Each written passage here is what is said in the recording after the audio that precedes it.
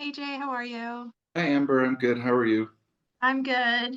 We are finishing off the Major Arcana. We've made Ah, it. we made it. Yes. So last time we chatted about the Fool to the Hermit, and now we're going to be talking about card 10 to 21, which is the Wheel of Fortune to the World. So, any kind of thoughts before we just jump right in? Got a lot to cover. Um, any thoughts? When I was learning the majors, I found that 1 to 10 was really easy. I Mm, picked it up so quickly compared to the rest of the cards. mhm, They're busy. There's a lot going on. Um, I had to do it in segments, which was fine. Um, but there's still a few that kind of trip me up. I feel really good and confident about almost all of them.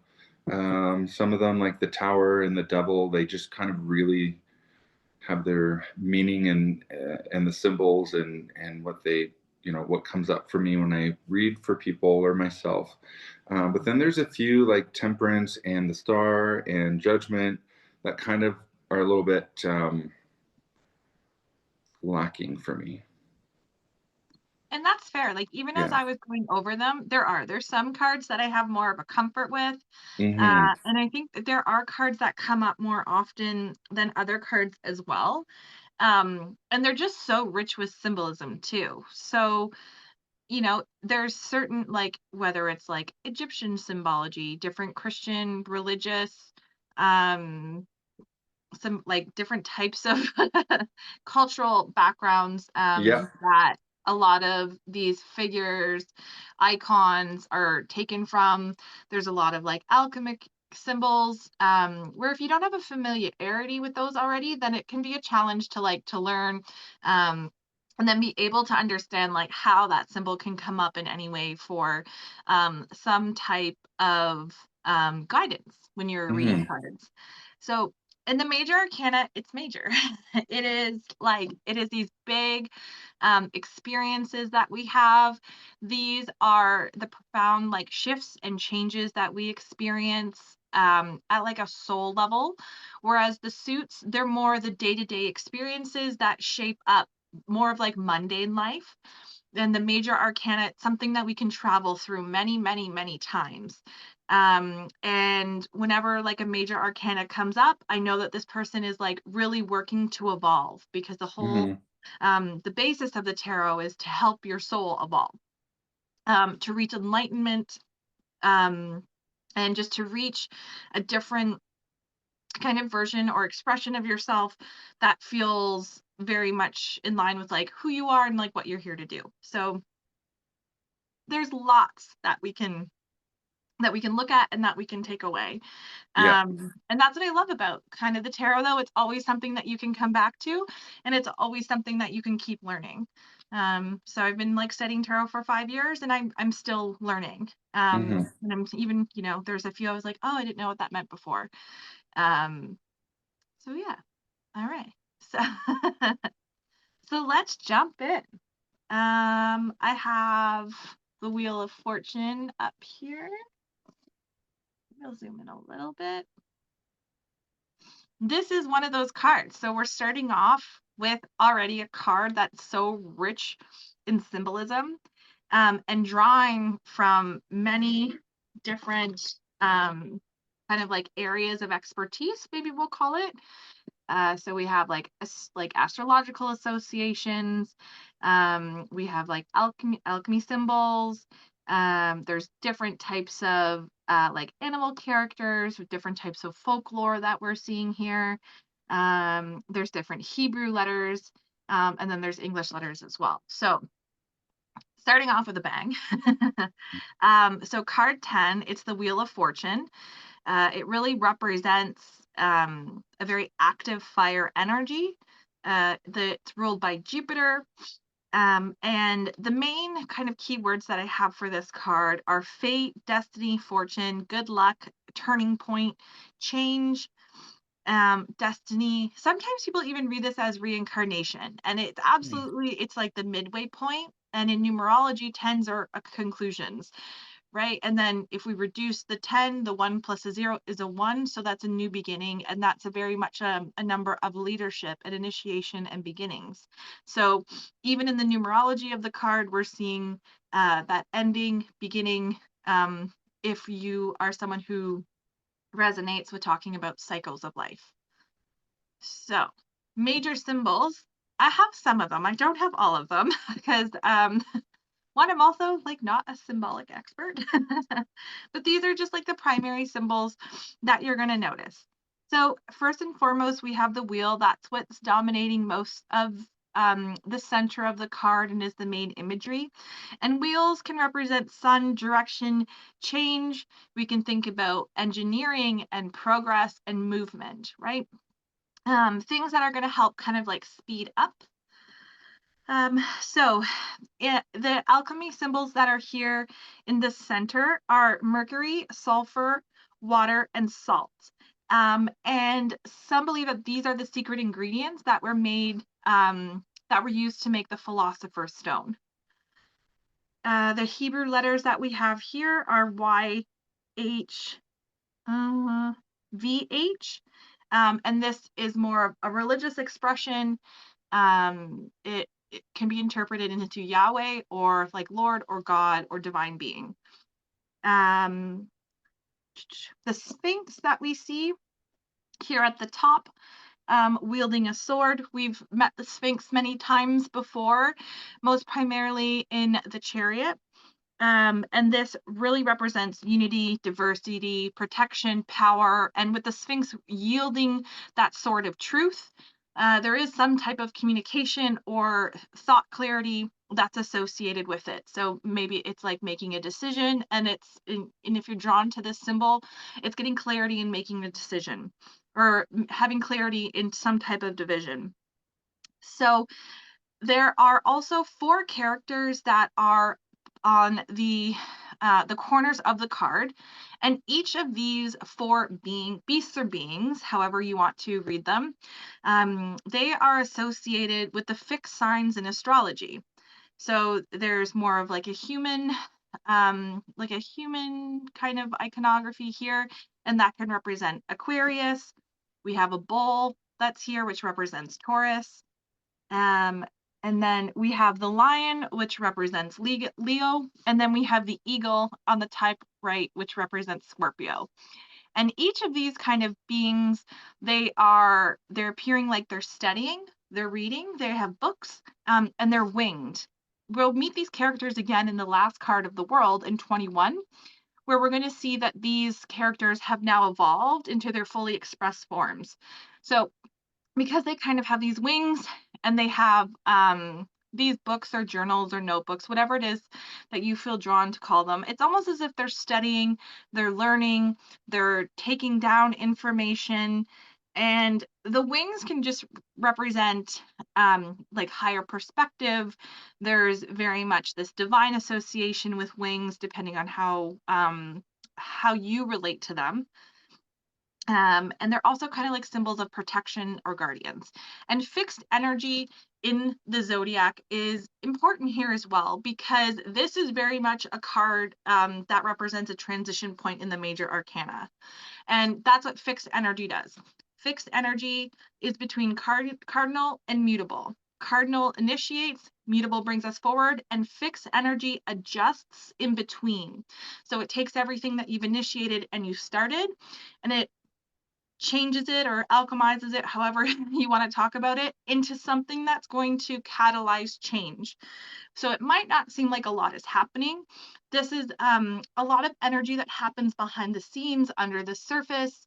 And it might be like these small incidental things that are happening that are adjusting or really securing a foundation in order to support transition into whatever it is that is next. So those are like there's so many more symbols here. There's the snake that we have coming along the left side of the card, which can represent like change, kundalini energy, healing energy. some type of like shape shifting energy, depending on what snake calls to you here. And then we also have this devil like creature, which is like the god Anubis, which is like a jackal headed Egyptian god of the afterlife. So, again, another kind of nod to endings, beginnings, and like blurring that line between like the physical world, the afterlife, and the energetic world that we live in. There are some great clouds which represents confusion, but you'll see that they're like mainly encompassing the four figures that are at the corners, and that's because they're learning, right? So there is some confusion. It looks as if the clouds are parting in the center with the blue of truth. So all that. We're kicking it off with like a really rich card. What is the Wheel of Fortune? What kind of keywords or what does the Wheel of Fortune bring up for you? Yeah, so for me, it's kind of that for some, I know this could mean like good fortune. Whenever people see this, it's like it's a good fortune thing. I do Mhm. get a little bit of that fortune component when this card comes up. I also get change. I also get shifting. And I also get unexpected events. I like that. Yeah. Yeah, Marina. So Yeah. if this were to come up, visit it. Um, so if this were to come up for career, Hmm. um, I would definitely say like change of fortune. Yeah. There's something that the person like would have to learn in the career in or is learning in this moment in order to move forward. This could be representing like a new job or career opportunity, new money, more money, promotion. Yeah. Overall, like I feel like this is a good card to come up with career. What about you? Yeah. For me, it's almost like a change in the workplace, a change in workflow, a change in job, a change Mhm, in something, kind of along that unexpected component. Like this job just kind of like fell into your lap. You hopped into someone's role because they left or they retired, and it was like, we need you to fill in. Um, in one of my other decks for the Wheel of Fortune, is it this one? No, it's not this one. Yeah. Yeah. So s- sometimes it's like it's good fortune, it's unexpected. So something mhm, just kind of fell into your lap kind of thing, mhm. in terms of career. Hi. How did you feel today? My two are sleeping curled up together Aw, like the cancer symbol. aw, Yeah. little nap time. Oh, Yeah. well, he's gonna sleep right under the card. Okay, Okay. sorry. Go on, Chloe. She was sleeping. Yeah. Okay. Sorry, Jay. That's okay. I agree. What about for health? If this were to come up for health. For health, again, this is more of a positive card, for me with that Wheel of Fortune. Some people, this is like a luck card. If it were coming up for health, I feel like there may have been an unexpected health Mm, incident that came up. Like people, it's kind of like that. Oh no, what is it? There's fear of the unknowing, but moving forward with this card, it's not a bad thing. mhm, um, it might be something that's benign, something that you have to get biopsied, and so there is a lot of fear in the unknowing, but eventually this card um, means a changing of some sort. So with the results of your health, is it going to spur a change in your attitude towards health, a change towards your view on health, how you want to live your life? Is this just kind of a moment where you can stop and pivot in terms of how your overall health is? But whatever happens, maybe to you or to someone else, it really kind of like, it's like the Wheel of Fortune. You literally spin it and you kind of wait to see what happens. But whatever the result is, for me, this card is always a positive changing card. I agree. I also feel like there's almost like something was revealed, because I almost see is like the Mhm. disc or the sun disc in the is like there's also like many factors that have gone into this, like just Mhm. given like there's divine mention here, there's very much like a scientific or like an alchemical kind of synergy that's here. So it's like, to me, it's different components have come together, and I feel as if it's almost like the sun has come out and it's like revealed this information about your health, or or you connected things too is the other kind of Mm. piece that I get. um I don't really have anything else to add for health. um and then relationship, this is like change in relationship. This to me it's like positive change, sometimes because of this, this kind of this creature here, this Anubis. Some people kind of take that as a negative symbol, but they're a protector, right? We have like Mm. they're people who you can change, right? Because we have the fixed energy here. So I feel like these are relationships and connections that you have where like you're learning, you're growing. There's like a maturity aspect to it, especially given like the cyclical nature and the energy of the card. But to me, this is like changes happening in the Mhm. relationship, or the connection, or this is someone who's come in and who's catalyzed change, or you have catalyzed change in someone else. Hmm. Any, Yeah, I feel like for this card, this is someone who came in and has influenced you, or vice mhm, versa, right? yeah. The catalyst for change, I agree. I find that the four figures learning, this is like a period of like adjustment, a period of like um, assessing, watching, taking it in, and then converting whatever it is that this relationship has brought to you and kind of making it concrete, putting the dots together. Mhm. Um, in terms of like, yeah, long term or short term relationships, this could just be like a change within the current dynamics of the relationship, Mhm. kind of a turning point of feelings, a turning point of um, like where you stand in the relationship. But again, mostly positive, depending on where it lands in the reading.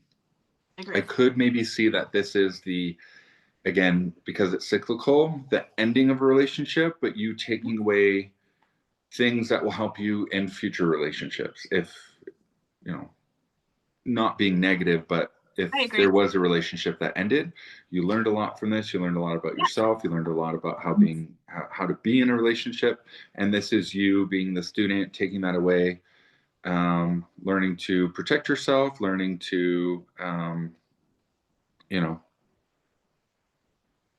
take these things and moving on.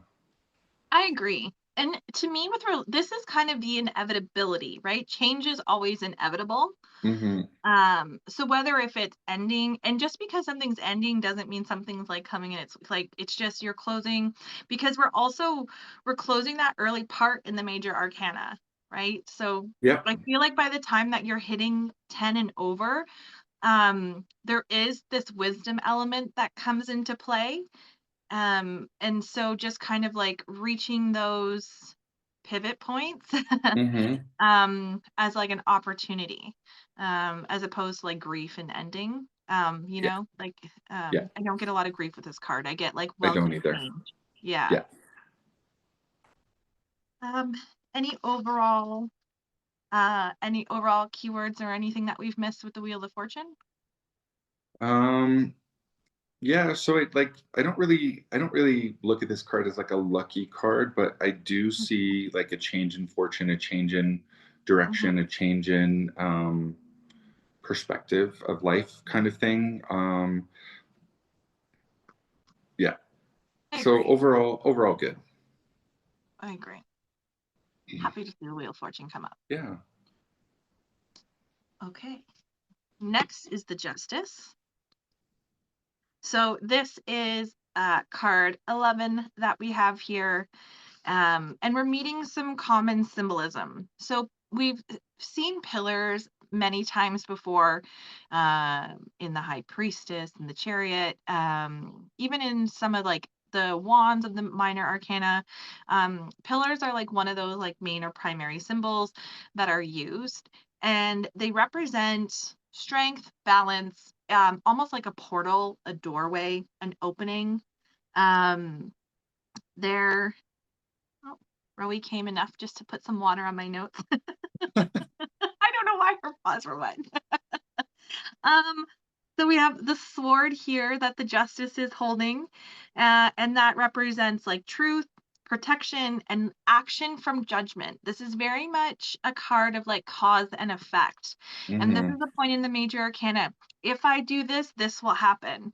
I know some Mm-hmm. people typically, we have the scales here, which can represent balance, but balance, I feel people misunderstand what balance is. I Mm-hmm. feel like people typically relate balance to equitability, and that's not true. Like sometimes, there's give and take.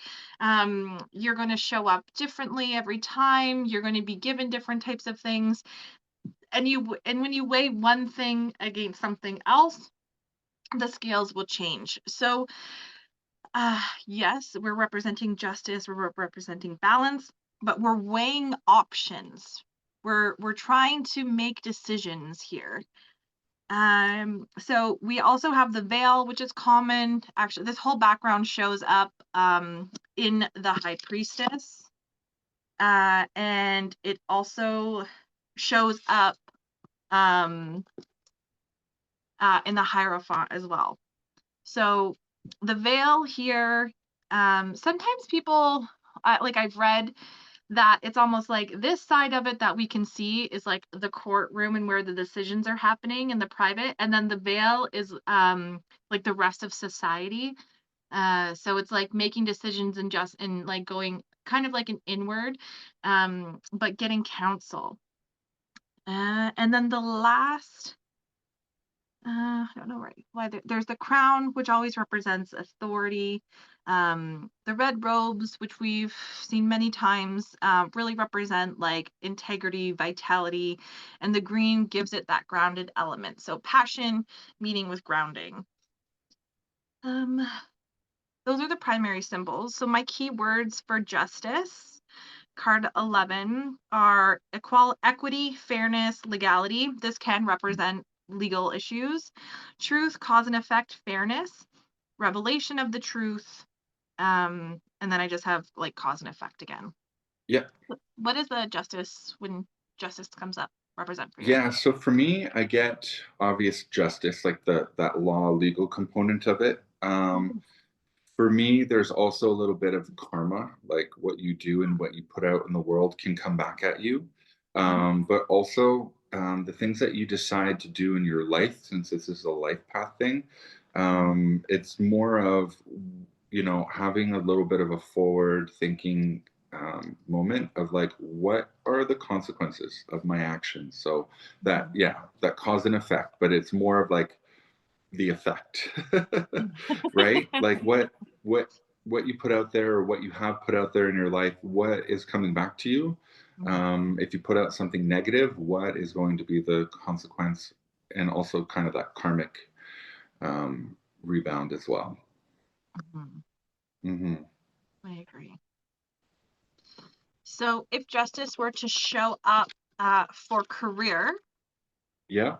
I would say there's going to be some type of decision that's made. Maybe Hmm. this person was dealing with some type of what is the right word that I want to use?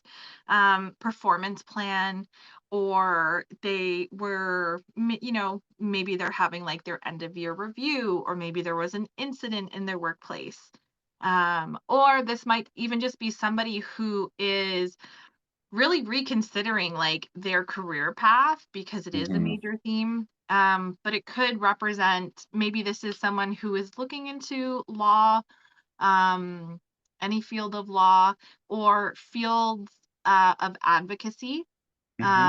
navigating like system navigation, supporting people as they are maybe moving through the justice system. Those are kind of like my major career themes that I get with this card. I also get like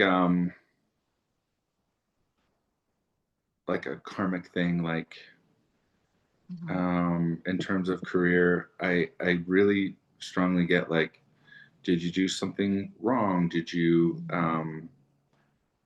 cover something up? Is there embezzlement? Is there, you know what I mean? Like really kind Yeah. of legal kind of things.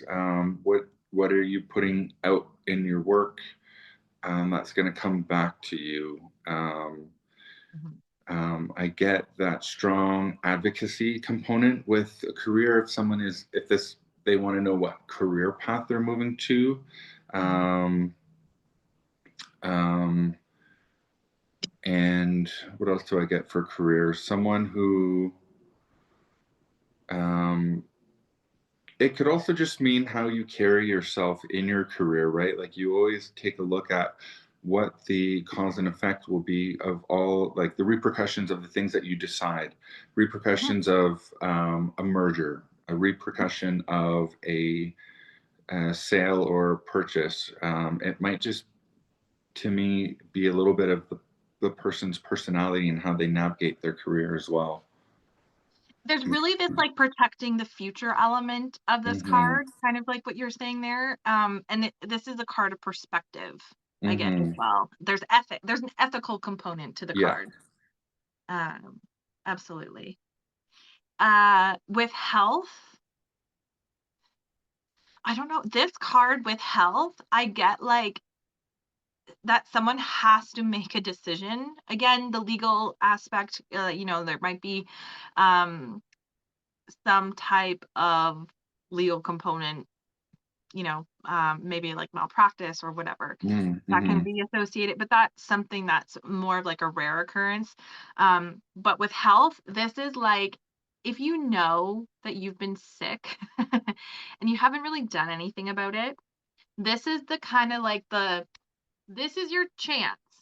But to do something about it, um, before like something maybe more drastic happens, before something like more irreversible happens. Um, this is somebody who has kind of like sought out that information that they need in order to make a balanced decision about their health, long term treatment plan. Maybe this is somebody who was living independently and now needs to be moved into like a care facility, or somebody who had, like really long term, like major health or illness. Um, that's what I get. This is like major, right? Like it's changing your life. So, um, those are my like biggest ones. My biggest ones are like you're moving from independent living to like you need to be cared for, like maybe Mm-hmm. 24/7 or some type of assisted living. That doesn't necessarily mean that you've aged into that, because that can happen at any point in your life as Yeah. well. Mhm. I also get like the karmic cycle too. What you've put out in your life or previous lives, if you believe in reincarnation, can really Mhm. affect your health. Yeah. So if you are going through a period of depression, it was probably could be related to your personality, the way you treated people, things that were going out of you and now coming back as illness. So this is an Mm. opportunity for you to swing the scales the other direction and change your attitude, your perspective to energetically change your health. I like that. Yeah. And it's so commanding with the sword too. Yeah. Like it's gonna come down, right? Like I'm balancing things right here, like what the scales, and then like the follow through with is that sword gonna come down on you? There's action, like, because the energy of the card is pretty, like, conversational or mental, right? Mm-hmm. But then with that sword, it really is like, but then physical action is required. That's what I kinda get, because, like, to me, the law and justice, there are systems, Yeah. right? There's things Yeah. that, like, we speak about and that, like, that are they're intangible aspects that we kind of, like, ethically hold each other to. Um, but then that sword is, like, the physical kind of, like, expression of it. Like, are you actually gonna do the right thing? Mm-hmm. What are you choosing? Okay. Um, and then relationships, this is, um, legal matters, marriage, divorce, contracts. Um, maybe you decided to like be a business partner with a friend. Um, these are just, I'm just trying to think of like what aspects, family issues, could be family court. Um, justice is also like, are you what are you kind of like commanding in your relationships? What is it that you're allowing? What is it that Mm-hmm. you're standing for? Um, what are the type of like ethics that you're upholding and the standards that you're upholding like with the people around you? And then like really making that judgment call of like who who am I going to continue, you know what I mean? Like to bring along with me. Yeah. Um who kind of in my relationships have a similar kind of code of ethics, Yeah. um, right? Or they live their life um, in a way that is like of good karma, right? Or of thoughtful, or even of dharma, because dharma is just like do the right thing. Right. Where karma is if you do this, this will happen. Right. So I kind of get a little bit of like a dharma energy, depending on where you are in your relationships. Yeah. I don't know, or maybe you did something shady with your friends. And like these Yeah. are the legal repercussions of it. Oh, I get a little bit too of like you're assessing the weight of you and your partner in the relationship, right? Is it I like that. um, you're seeing the weight and the purpose within your own life? Mhm. How much does this relationship mean to me? But also, like, I'm throwing in 100% and this person's only putting in 1%. You know what I mean? And so, Yeah. where's the equality component? Not that all relationships are equal, but like you said, who am I going to take along with me? This is kind of a component of sitting there and and you know seeing who is worth their weight in gold to move forward with you, I guess you Mhm. could say. Who's like balancing you out, right? Yeah, Like, yeah, yeah, yeah. Because the rest of the like the majors are heavy. Like the rest, it's like some really deep soul searching yeah. what you get to. Like it's hangman, death, temperance, devil, tower. So to me, when you meet justice, you are at a point of what is going to continue along with me and what am Mhm, I leaving behind?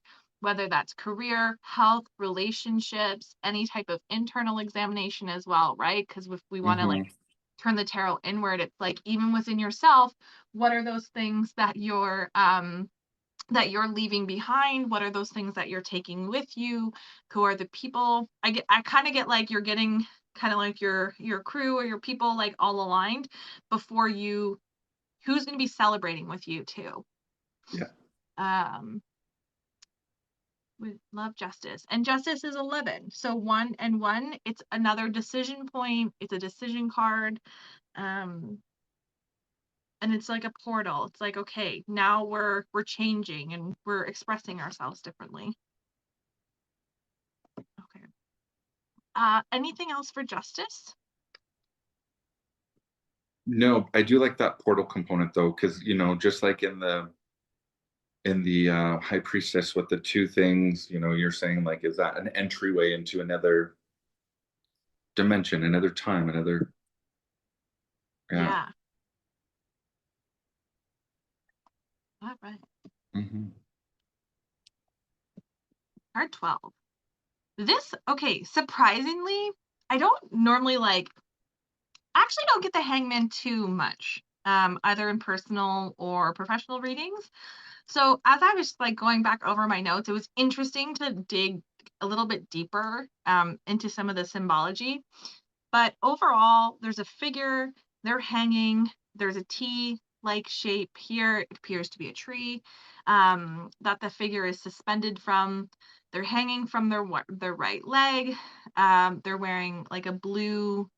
kind of like a blue cloak or a blue robe, which again in the tarot, blue represents truth, red represents passion. Um, so I actually pulled out uh, my Arthur Waite pictorial key for this one because I found some of even just like my own notes because I didn't have a lot. And it was interesting to read how Arthur Waite had intended this card to kind of be read. So the major symbols here, one, it's the tree. And when we think of trees, we think of one, connectiveness, we think of wisdom, we think of age, we think of strength, and our connection to other things, growth, spirit, intuition. Expression on the figure. It is, you would think somebody who's hanging upside down, that they would maybe be a little bit more tortured. But this is actually, it's someone in deep entrancement. They're not in suffering. It has more of like a reflective gaze. And then the halo here, which represents enlightenment and protection. So overall, my keywords are self-sacrifice, prophecy, suspension, right? Because the figure is really like animated and just like hanging there. Wisdom, different perspective, critical thinking. But overall, like I feel like this card is like a pause point. What do you kind of just generally get with this card?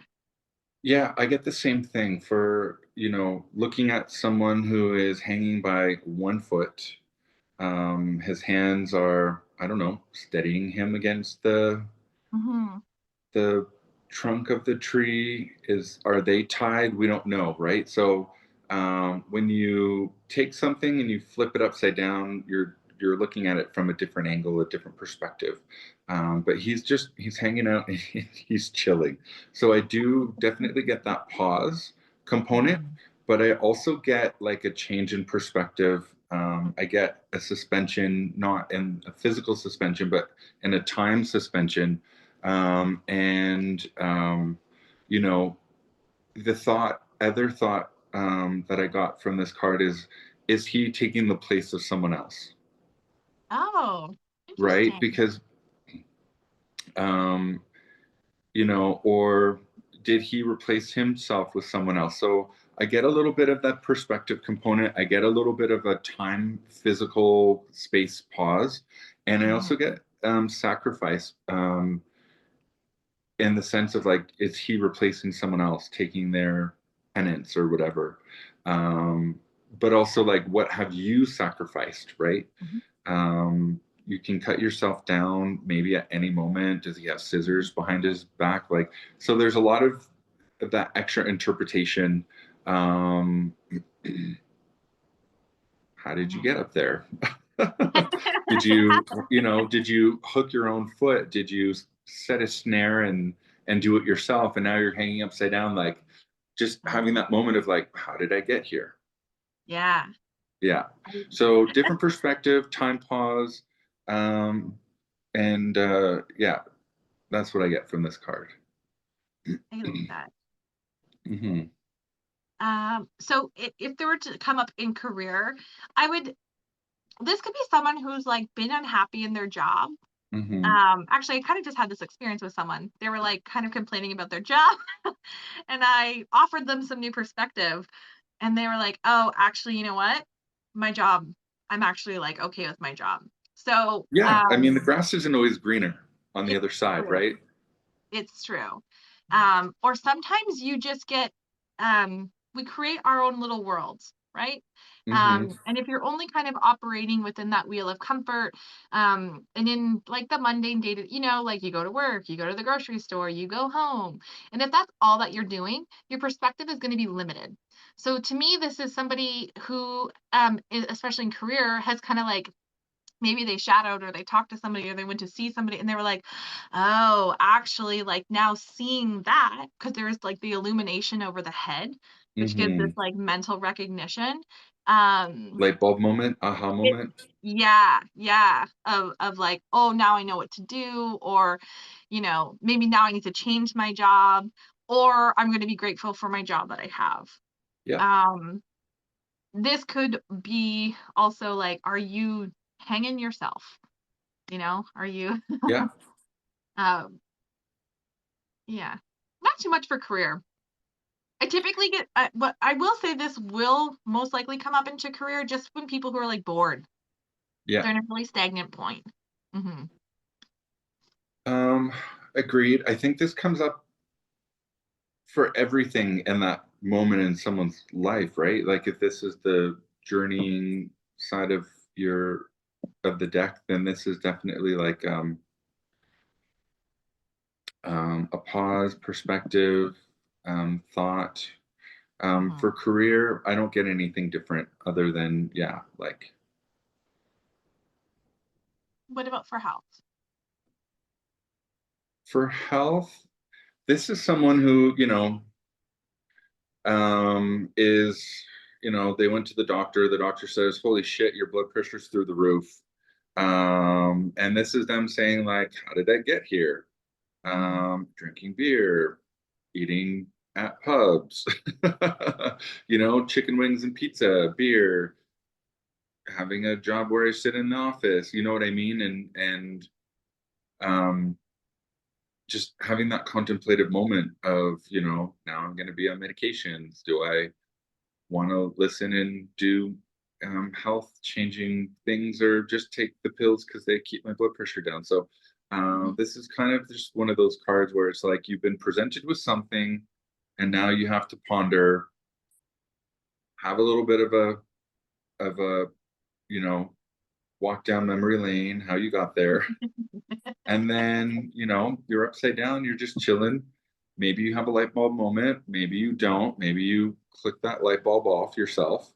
Um, right? There's choice, there's perspective, and you can either look at the change and the perspective from a different way, and you can follow that path, or you can follow a different path or continue down the path that you've always been on. So for health, this is you're at a precipice. Is it something major? Is it not something major? But you basically you're make your own adventure.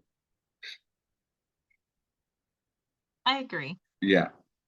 Sometimes, the only thing I add is the halo. Sometimes that comes up for headaches. Normally, Yeah. I will pull temperance, just because temperance we'll see as we get has these more like these lines, but I'll get it's a migraine or someone who has headaches or um something neuro going on. Mm-hmm. Mm-hmm. Um, okay, for relationships, again, like new perspective on the relationship. Yeah. Um, it's kind of contemplative.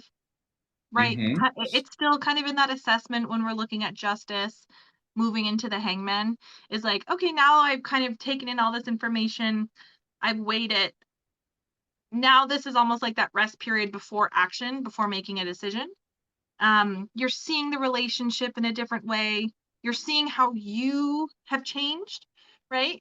Because not everybody changes. So this could be seeing like, oh, actually, like I've had experiences and I've changed. Yeah. And then I'm looking, but other people around me haven't, or vice versa. Right. Or like you see that other people around you have changed and maybe you haven't. So to me, it's like a pretty introspective card. Um, in maybe friendships or romantic relationships, it's like getting information about someone and you're looking at them in a new way.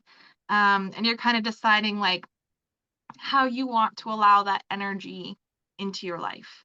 Right. Hmm. Agreed. Yeah. Yeah. I don't really have anything else to add for that. Yeah. Yeah. It's pretty straightforward in those categories. I feel like this is kind of an isolating card too. I know you said it was more of like a introspective, but like I also get segregated, right? Me, Slightly, just yeah. you're alone, off alone. A little bit of a wallflower kind of thing, just sitting back and looking at the things around you. Yeah, Mhm. I agree. All right. So there's really like this stillness um in like between justice and the hangman. And then we get to death. So this it's card 13. It's represented by Scorpio, Mars and Pluto energy, so that aggression, mystery, and deep change, transformation energy that we have here. All right, so there's a lot here, and the same with this card, right? Every time I look at it, there's always something new. So the main figures that we see here, we have a skeleton, the Grim Reaper, or death. And many different ways that this can be read. Unavoidable fate is typically like these are things that are destined to happen. You know, we are guaranteed life and we are guaranteed death. So sometimes can people say that these are like events and circumstances or people or experiences that were fated. I do strongly believe in free will, so take note of that. But there are certain interactions, experience, people, or fated events in your life that you do come across, and death is that messenger. To me, it's very much a messenger card as well. I actually see this card as protection and guidance. Hmm. Because it's as if death is coming and he's guiding and he's protecting the way.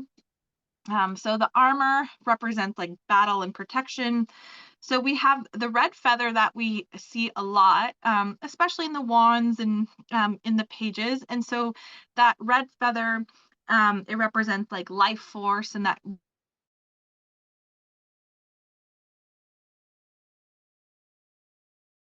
could literally represent death and dying. But it's very traditional endings of things. Hmm. So there's a bishop that's over here. And then there's like a child, and they can represent purity and protection, cleansing, confession. You know, some people say like at end of life or when they come to these experiences, or when you go to different type of religious figures, it's for like a confession. So there's like this revelation kind of aspect of the card.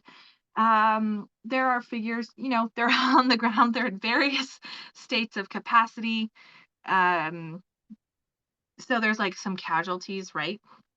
There is a ship in the background, and we do see this ship pop up throughout the tarot in both the major and the minor arcana. Some people in this card specifically represent as like the journey to the afterlife. Hmm. Some people believe, that you take the ferry, you cross over to be granted access to the afterlife. But it's very much a journey movement that's happening at a soul level. In the background, we have those two towers here. We can see them as the pillars and like the high priestess, the hierophant, and the justice. Or we can absolutely see them as the tower. Um, that is, it's in the tower card, it's in the moon card, and it represents like passage. Sometimes people say the sun is rising, sometimes people say that the sun is setting. Hmm. But it's very much like this promise of like a um, new dawn energy.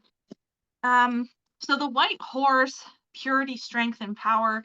Some people also say the horse, it's representative of like one of the four horsemen of the apocalypse, depending on how you look at it. Um, oh, and the flag, sorry, the primary symbol, the Tudor rose. And you'll actually see on the Centennial edition of the deck, the Tudor rose, oops, sorry, also appears on the back side of the card. So it's like a very powerful symbol, peace, of peace and remembrance. There are so many more symbols in here, but those are like the main ones.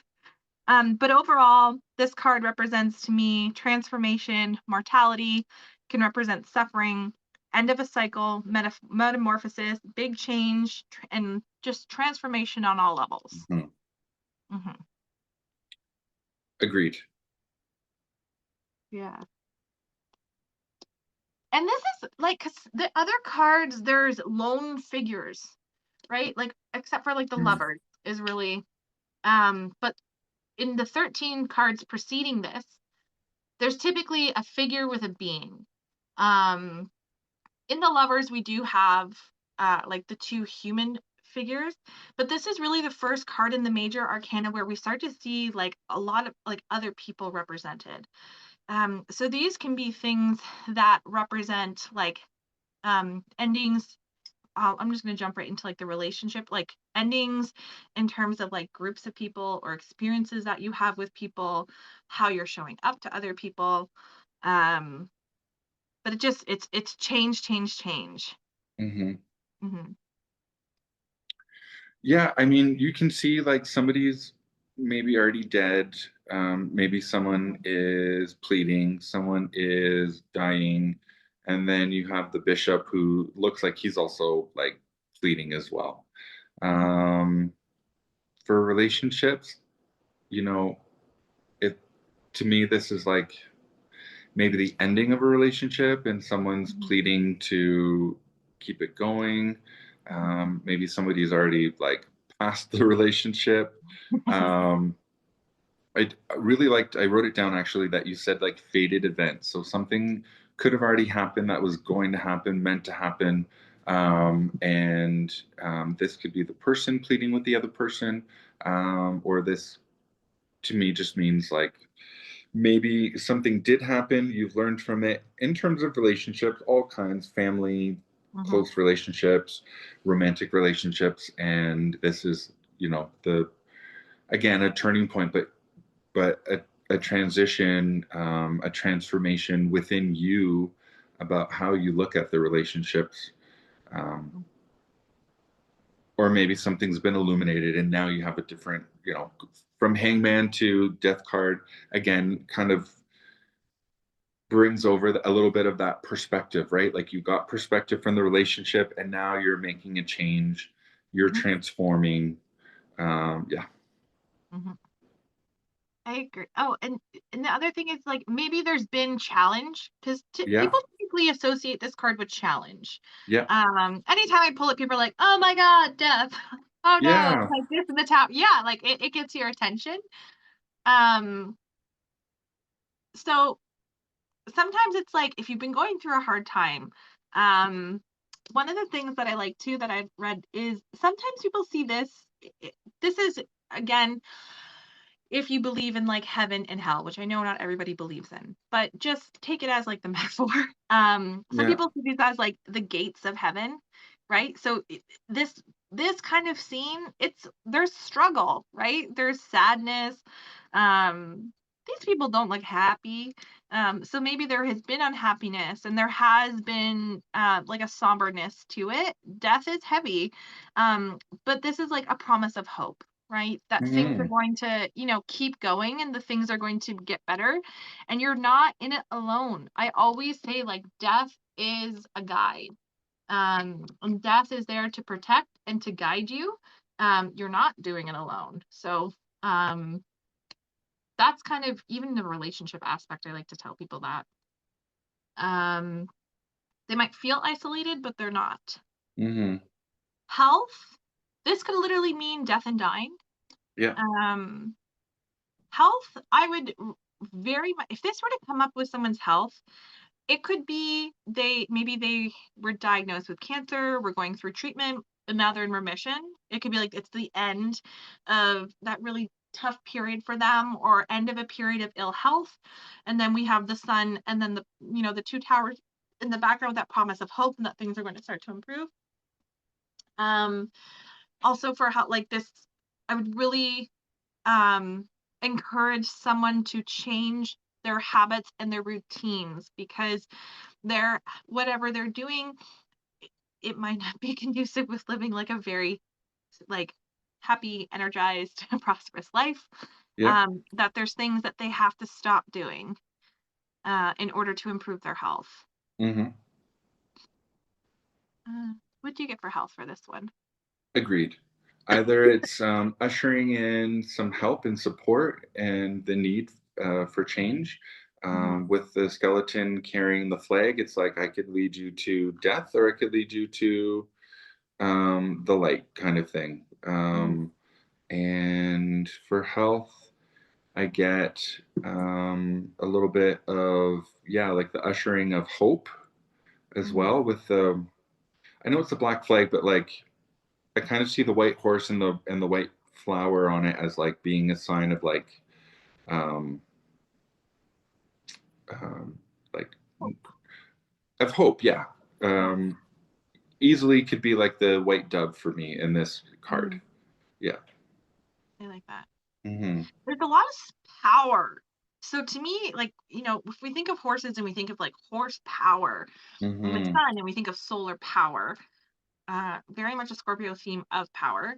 But it could be, like you have more than you think that you do. You might have more power Yeah. than you think that you do.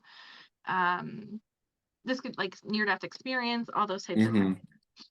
And then career, you know, your job's over, the career is over. Let it go. Yeah. Don't torture yourself. Yeah. It's This could be retirement. This could yeah, be a career flip, like going from one type of industry to another industry, yeah. in terms of like that change and metamorphosis kind of thing. Um, this could be, like maybe your business is dying, and this could be the literal figure that is either going to, if you're going to take that, that peace flag, help you.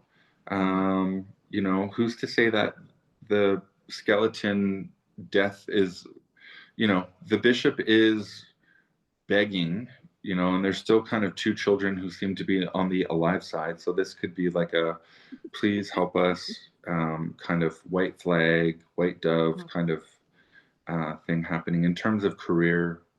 Yeah. mhm, Reinvigoration of reinvigoration of your career as well. Like mhm, the thought and emotion that you put behind it. mhm, Sometimes people just have a job, and then sometimes people have a career, mhm, and this could, maybe if they're just kind of like down and out on their luck or their feeling or whatever, this could be a transition to reinvigoration. mhm. Hmm. And while you're talking about that, so this one figure here, there's actually like a crown that looks like it's fallen off. And the crown represents authority. So this could be like Mm, people that you held in regard or people who had some authority, like they no longer yeah, have authority over you. yeah, Um, and it's like in career, it could be like a reorganization. It could be yeah. like a new director, vice president, new manager. It's like Um, fuck the man. yeah, I mean, anarchy. Yeah, But another card that's like there's so there's so much there. There's so yeah. much to look into. And this card is also like it really on its own, it brings a lot of energy. Um, but it's always curious to see what other cards are around it to see Yeah. how that message is going to relate to Hmm. what else is coming up with. All right. Anything else for our friend Death here?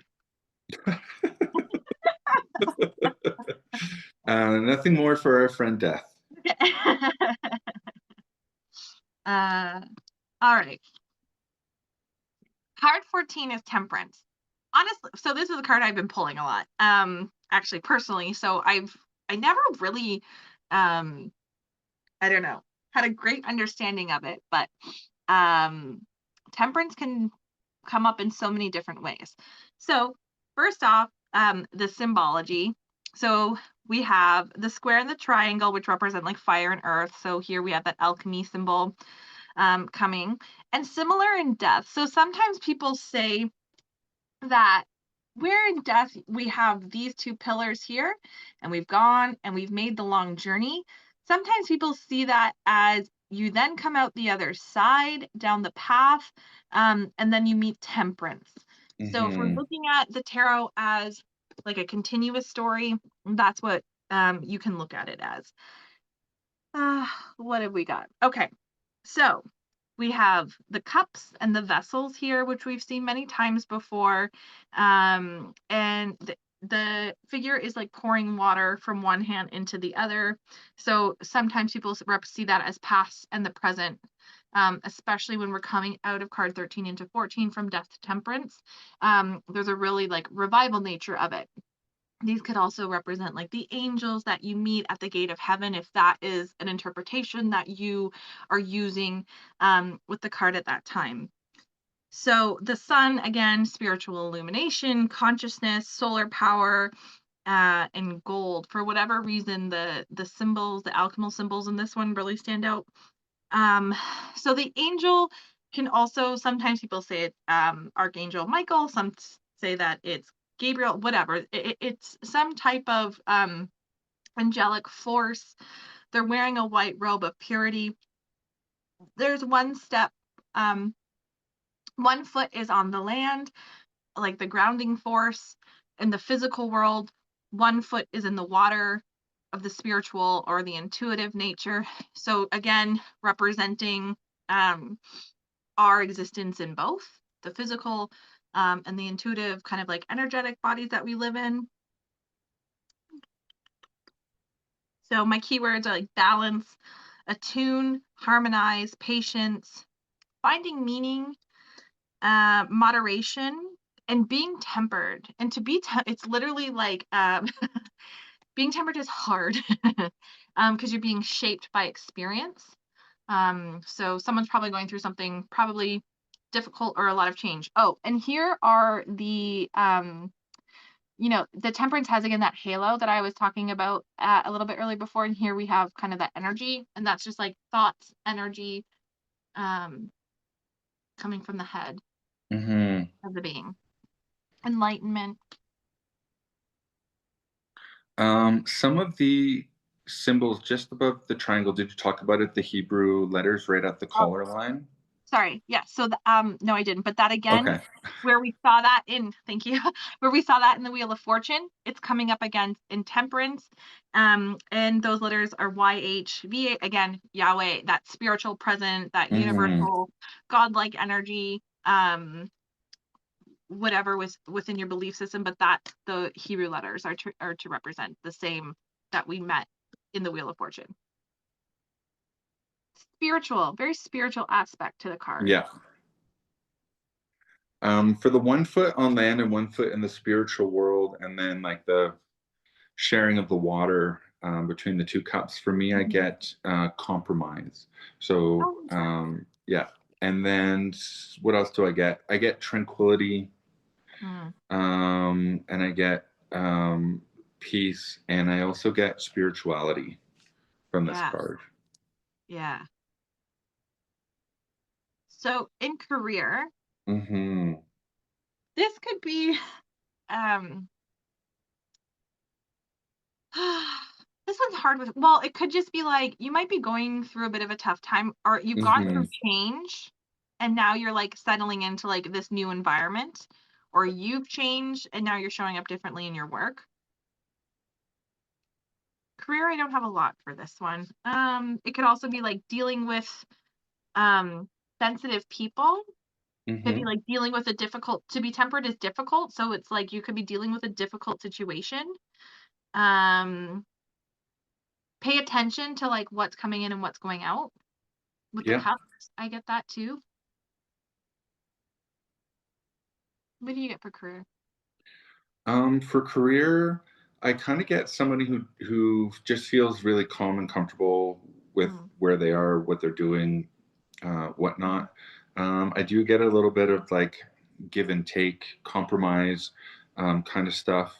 Um, I also get like a little bit of like a spiritual connection for this with the gold symbol. mhm, If someone were thinking about work, maybe they wanted to change work.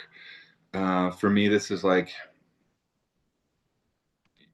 you're being, like maybe you're being guided by your spiritual guides. Maybe you're being mhm, guided, to, you know, with divination.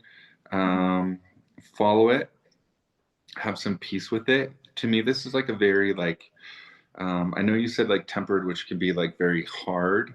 But for me, I get more of like a peaceful transition. If you're going to change work, I get mhm, a little bit of like you feel called or pulled to do whatever it is that you're doing. Mhm. Um, and a little bit of like compromise in terms of work, like maybe things are going a little bit difficult at work, and so you need to compromise and like have one foot on solid ground. That might be your work balance, and then like take some time for yourself, Mhm.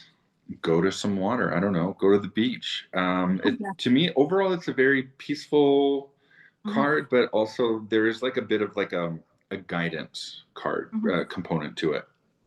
It could be like someone who's figuring out like what their legacy work is, Yeah, right? Because to me, it has that component to it. yeah, And legacy work doesn't mean that that's necessarily what's going to pay your bills. It just means right, that like you're starting to be illuminate into the things that you're like, um, this is like something that I'm going to just passionately work on, right? right. For my life, something that I'm meant to be doing.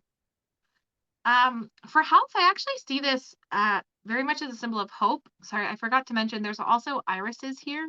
Mm-hmm, Um, and to me, irises, like, they're very much hope. They're hopeful energies. They can represent there's a Greek goddess, and I can't remember the name. I think it's actually Isis, but it's like hope, divine assistance. mm-hmm, This could be somebody who had like a near death experience. And then they are kind of like seeing their health in a new way. This is somebody who is having that, like, I need to make change. You know, they've had that awareness, they've had that awakening, and they need to really understand they need more balance in their life. mm-hmm. Mhm.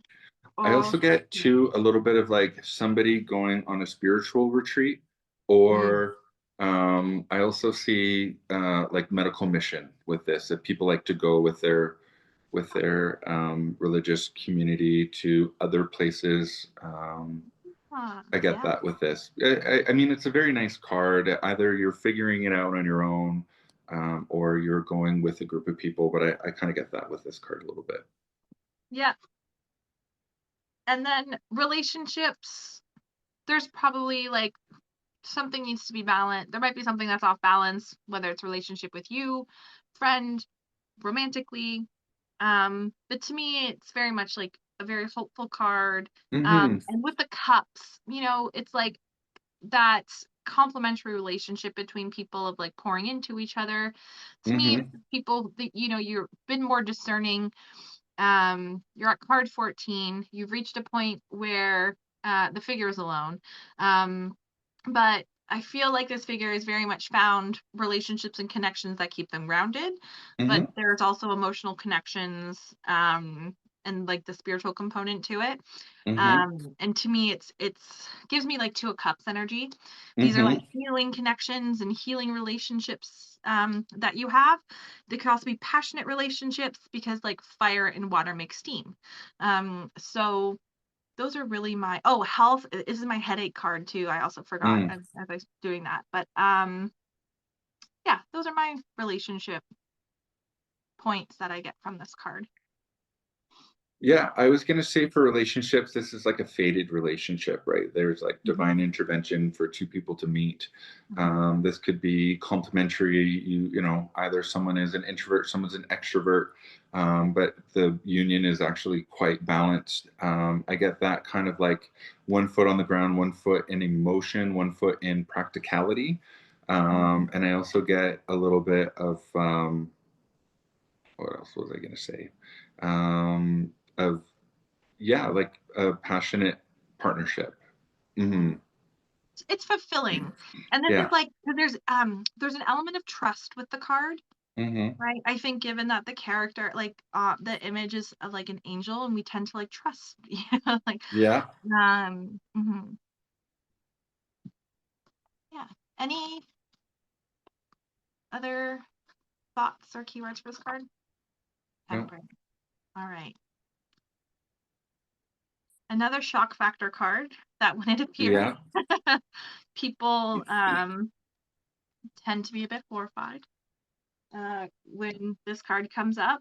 So Mm-hmm. the first thing I want to draw a little bit of attention to is that this card is very similar to card 6 of the Lovers, but obviously very different energy. Mm-hmm. The tarot follows the belief that life has a dual component to it, that we exist in a state of duality. And we're very much seeing that here from card 6 to card 15. There's the lightness component in the 6 of the Lovers, and then the darkness component of 15 and the Devil. So being mindful kind of that energy and of that connection.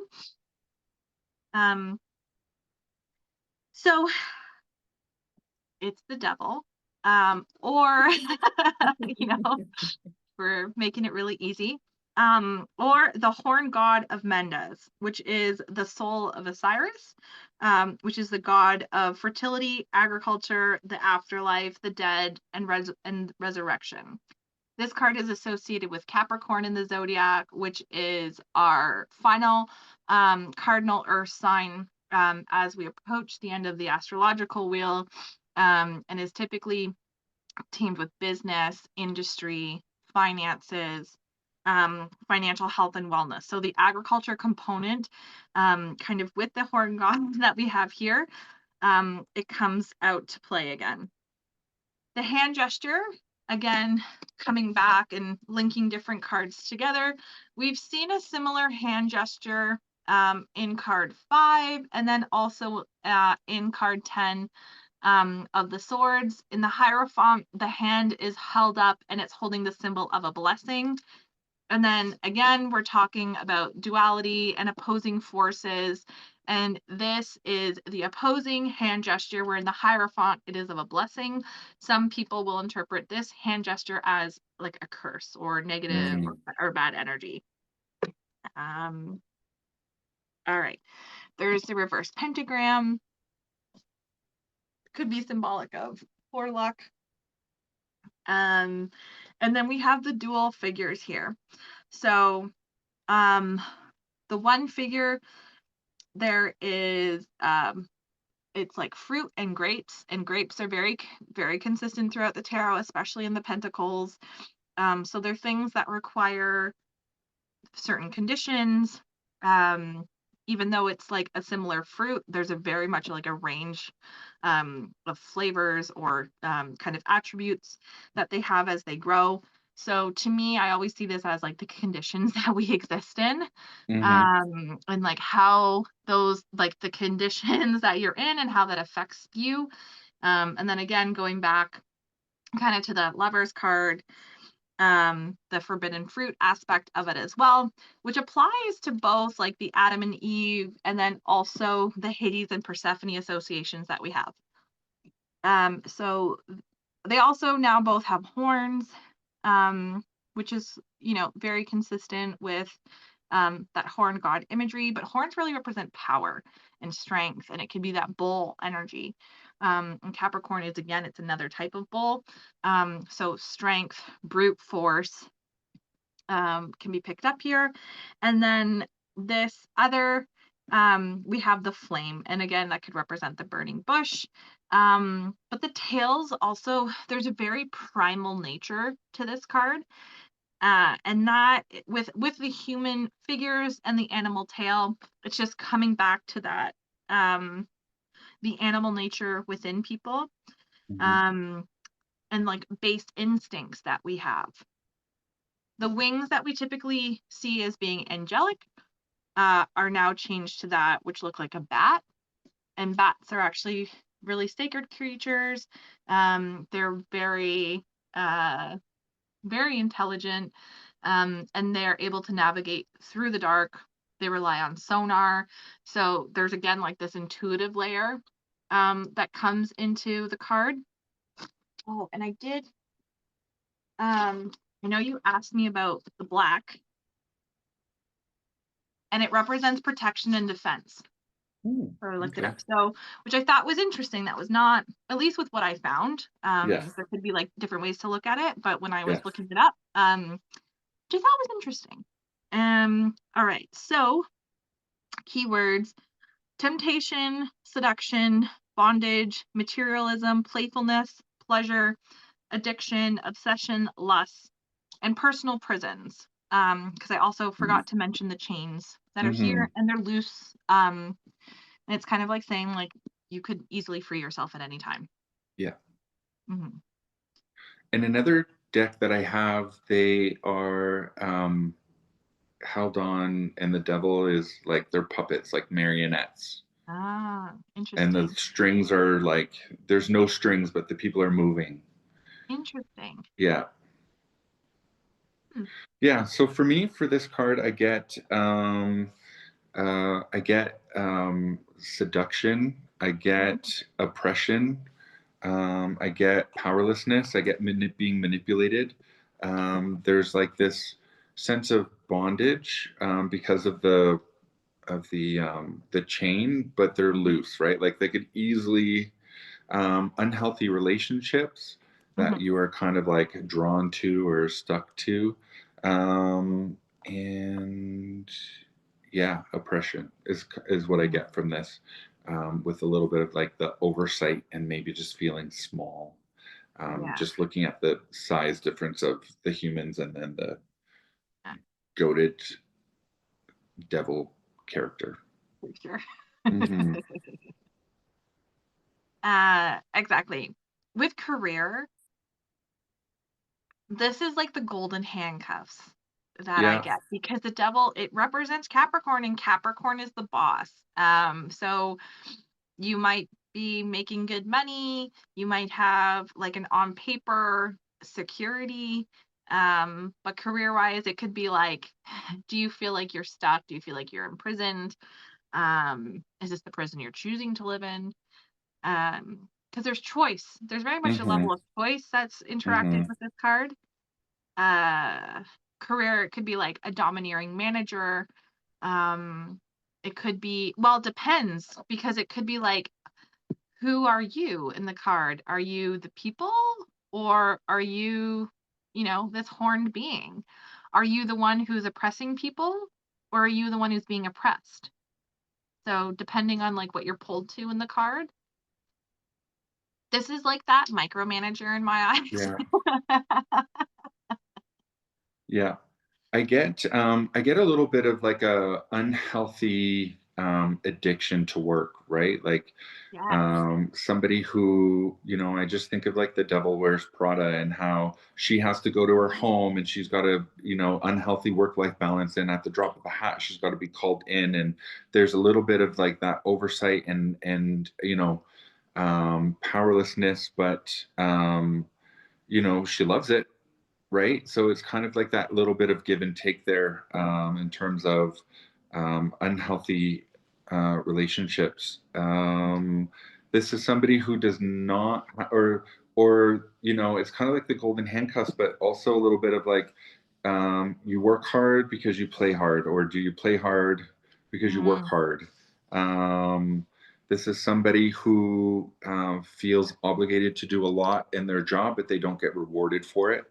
I had a friend who this came up for, and just I was like, this is an unhealthy work balance for your life. Like, not you get to see friends, you get to do this, but like you feel obligated to do things in your job that aren't serving you at all. Like yeah. it's a thankless, all the things that you're doing in your job are thankless, but you feel like you have to do them. And so, um, yeah, for career, it's like, you know, do you dislike your job? Does it take away from your personal life? Um, but you get paid really, really well? Mhm. Or is it a struggle and that you have a micromanager and you're tasked to do all of these things that ruin your work-life balance? That's what I kind of get for career. I agree. Hmm. For health, this one is very much dependent on the reading, because Yep. for health, it could be somebody who feels like they're a prisoner in their body. Yeah. Whatever health circumstance they have, it just prevents them in some way from living like a different type of lifestyle that they would like to have. For health, these are the habits and routines that keeping you restricted Mm-hmm. or that are having um really like negative. There is a negative association that I get with this card. Doesn't always have to be good or bad. But these are like routines and patterns. This could also be like exercise addiction. There are Mm-hmm. people like exercise is healthy, but there are people who are addicted to it. Who may have body dysmorphia. Or it could be people who rely on. I have some clients. I love them. Um, but they're always like, well, I could just get somebody else to help me with it, like, especially, like, Yeah. physio or osteo, where they're, like, not doing their stretching, which they know, like, their autonomy, like, there's independent things that they could be doing, Mm-hmm. but then they just wait for their osteo appointment or their chiro appointment, when it's like, you could be just doing things independently that will help you to not be as dependent on your practitioners. That one always gets me. That one Um, always gets me. yeah, yeah, I always I always say to people, you heal in the active. The right. passive is nice. The passive is a bridge, but you heal in the active. So the I passive believe that. is massage, it's osteo, it's acupuncture, it's sound therapy, it's Reiki. That's passive. You lay there and people manipulate or do things, energy work to you. Those are all helpful to like decrease the sympathetic and increase the parasympathetic. You will heal in the parasympathetic, but you will not physically heal without the active component, moving your body, stretching your body, building your body, eating healthy for your body. That's where you will maximize your health. But a lot of people they can't do that part. They're paralyzed, or it's this unhealthy. I don't want to say it's unhealthy, but it's Like this daunting. reliance. It's this reliance. It's not even an addiction. It's just a reliance on the practitioners. And Mhm. yeah, you do feel good. You feel benefit. If you didn't feel benefit, you wouldn't go back, right? It's like drugs. Drugs make you feel good. If you didn't feel good, doing if drugs Yeah, made you throw up true, every single time, you wouldn't do true. drugs. But it makes you feel good, so you go back. But you know, you can't just rely on the passive component of things. And this is passivity. This is, I don't want to say powerlessness, but they almost make themselves powerless because they elevate the practitioner to the point of them being the healer when Yeah, we all have the ability to heal ourselves. yeah, Yeah. it's true. To me, this is like the promise of a healer, right? Yeah. I don't necessarily like I don't resonate with that. Like I do believe that we are all our own. Um, Mm-hmm. there's people that you can co-create with and that can support you and help you, Yeah. but it's the internal power that is going to shift the needle for you. Yeah. Um, and then in relationships, this um could be a Capricorn. Um, every Capricorn I met lives up to this stereotype. But anyways, um, so this could be someone who's like domineering, right? Mm-hmm. If we're relating, again, it depends on like which figure we're relating to. Um, so in the reading, are you more drawn to the people here who are bound, or are you drawn to the powerful figure here? So this could be Mm-hmm. somebody who is there's like some type of misuse of power, an imbalance of power. This could also just be relationships where you're comfortable, and you don't want to make change, but you're living these dynamics that don't support growth. Mm-hmm. Um, That's a good way and to put it. I like that wording. thank you. Yeah. Um, to me, there's a codependent element to this. And if we're looking at the internal, right? It's those things about ourselves, like this addictive patterns or mental patterns that we like kind of tell ourselves, or that are you restricting yourself? Are you, um, have you abandoned yourself before, the opportunity to kind of like experience the outcome? Those are some of the things that come up. This could symbolize like affairs, because there's three people. This could just symbolize different types of power struggles, or it could symbolize like relationships where people prefer kind of more of like almost like a dominatrix setting, or people Mm-hmm. who play with dynamics of power. And I would just encourage them to explore if it is healthy and it's receptive, and coming from a place of like personal power and pleasure, as opposed to kind of like stomping on or imposing those types of things on people. Yeah. Um, Sometimes this also is like tied to the past. I've seen this read as like in the really like you're tied to like, because we have the lovers and it's like coming back around to the devil, and it's like, are you repeating that same pattern or have you grown? Mm-hmm. Um, but those are my relationship kind of insights. What about you? Agreed, agreed. Like I get that kind of like in terms of relationships, I do kind of get like that kind of kink vibe. Mhm. If you're into alternative practices. Mhm. I also get that repeating cycles. Like if this keeps coming up for people reading after reading, it's like, all right, well, you've gone from one relationship to another one to another one. One, are you addicted to relationships? I like that. Or are you getting into relationships with the same types of people? Or, yeah, I think that's about it in terms of adding. Everything else that you said, I agree with. I get that from this card in terms of the relationships. Could be a Mhm. power struggle. It could be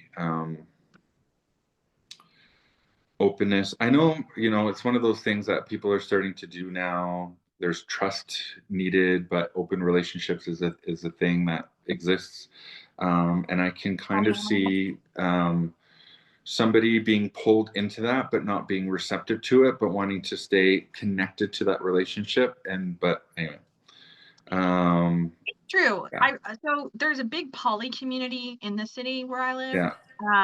And from my understanding with poly relationships, there's power dynamic. The people involved have agreed dynamics, and Hmm. like a power hierarchy. And I'm not representing this properly. No, Um, but sorry, like, that's but okay. there's primary partners. You know what I mean? Like Yes, there's yes, that's really what I mean. I'm not. yes. Yeah. Okay. So it's like just making sure that like you have those arrangements. Like if you're in that type of open or polyamorous relationship, this would just be like you might need to revisit those dynamics, and you might need to like maybe sit and make sure that everybody's on the same page. Um, Hopefully that's a little bit. Yeah. Hmm. All You right. brought it back around. Yeah, I was like, this is the right way to say this. But it's true. We live in a day and age, people are exploring sexuality, people Yep, are exploring, you know what I mean? What does gender mean to people? yes. What are norms that we're up against? And this card can bring like all of those types of things up. Hmm. And overall, I really feel it's a card of choice and change, Hmm. and how you were saying, like there is a power dynamic, and just making sure that you're coming from an empowered position, and you're not being suppressed. So, Hmm. okay. Anything else for the devil? No. All right. Now our next shock value card is a tower. So we have absolutely seen the tower um, come up. We saw the tower in death. We've seen these pillars in temperance. We'll see it in the moon. Um, so this is just highlighting like one of those towers, or one of those pillars. And towers overall can represent protection. And we typically think of like a more heightened aerial view. So there's kind of this element of perspective that can be given, but typically like guarding, protection, boundary as well, Hmm. because we typically see these power like as dividing lines. Um, and it could represent society. If we think of like the entranceway into different types of towns. Anyways, fire always it represents change and transformation. We have this crown here, which represents authority, and we can see that it's falling off. So we can see like this changing of the crown energy, this kind of change in authority. There's people who are like leaping from the building. Sometimes people can say that they've decided to like leap as opposed to like staying and being burnt in the tower. It's a bit of a morbid kind of topic to talk around. And then there's this bolt of lightning. It also could look like a tail, but the bolt is like energy and enlightenment. The overall card is like black and gray representing confusion, darkness, mystery. Uh, so this can represent ego, catastrophe, Hmm. foundational shift, a redirect, moment of inspiration, shift in perspective. But overall, I get like change in clarity. These are like, I've built this, realized a lot of things, and now I've chosen to kind of like to burn it down or to dismantle whatever it is that's not working. And it's there's this illumination because most of the card is dark, but there's this lightning bolt, and the fire is what's providing light. So it's energy and transformation that's giving us clarity as opposed to like consciousness or like Yeah. some type of yeah. What'd you get for the tower? For the tower, I get there's some sort of upheaval, some sort of chaos, some sort of crisis. Hmm. Um, with saying that, I do get a little bit of like um, tearing it down to build it back up. Hmm. Um, but I'll just jump in because I did a reading for someone and they always get this card for their career. And let me just say there was a lot of chaos and a lot of upheaval.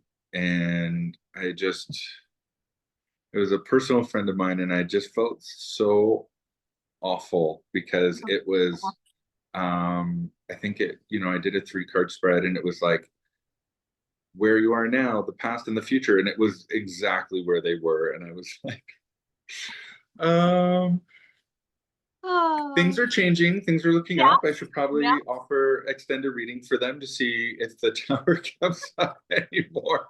But yeah, so for career, it could just mean, maybe the company you worked for went under, right? Now you're jobless. There could be an investigation at work with whatever type of work you do, and it could just mean that there's a little bit of disruption, upheaval, things are going on. Um, it could mean that there's been a changeover leadership over and over again, which leads to instability in the workplace. I also get to, personal. Um, this could be how personal complications in your life can affect your work, right? Hmm. And so that's what I get for a career. Restructure, reorg. I get all the Yeah, same things as well. yeah. Or the other thing is like you could be like new in a job and maybe you've been trying to like, for 6 months you're like figuring it out. You're trying to figure out like the political dynamics, like managing my weekly task. And this could be like oh, I've got it. This could also be that Yeah. empathy of like, oh, okay, I figured it out, or oh, I'm figuring out how I can manage everything. That could Hmm. be this as well. What about for health? Again, this is like all of a sudden the rug got pulled out from under you, something crazy happened, everything Hmm. was going hunky dory, and now there's like you have to pivot with your health. There's something that devastated you or your health or a loved one's health, And, this could be like a motor vehicle accident with multiple Mhm. bone traumas. Like I see the tower as like an actual bone that, got broken. Um, Maybe you're going to be in a wheelchair for a little while. Maybe you have a lot of rehab. Maybe you're going to, I can't remember what movie it was.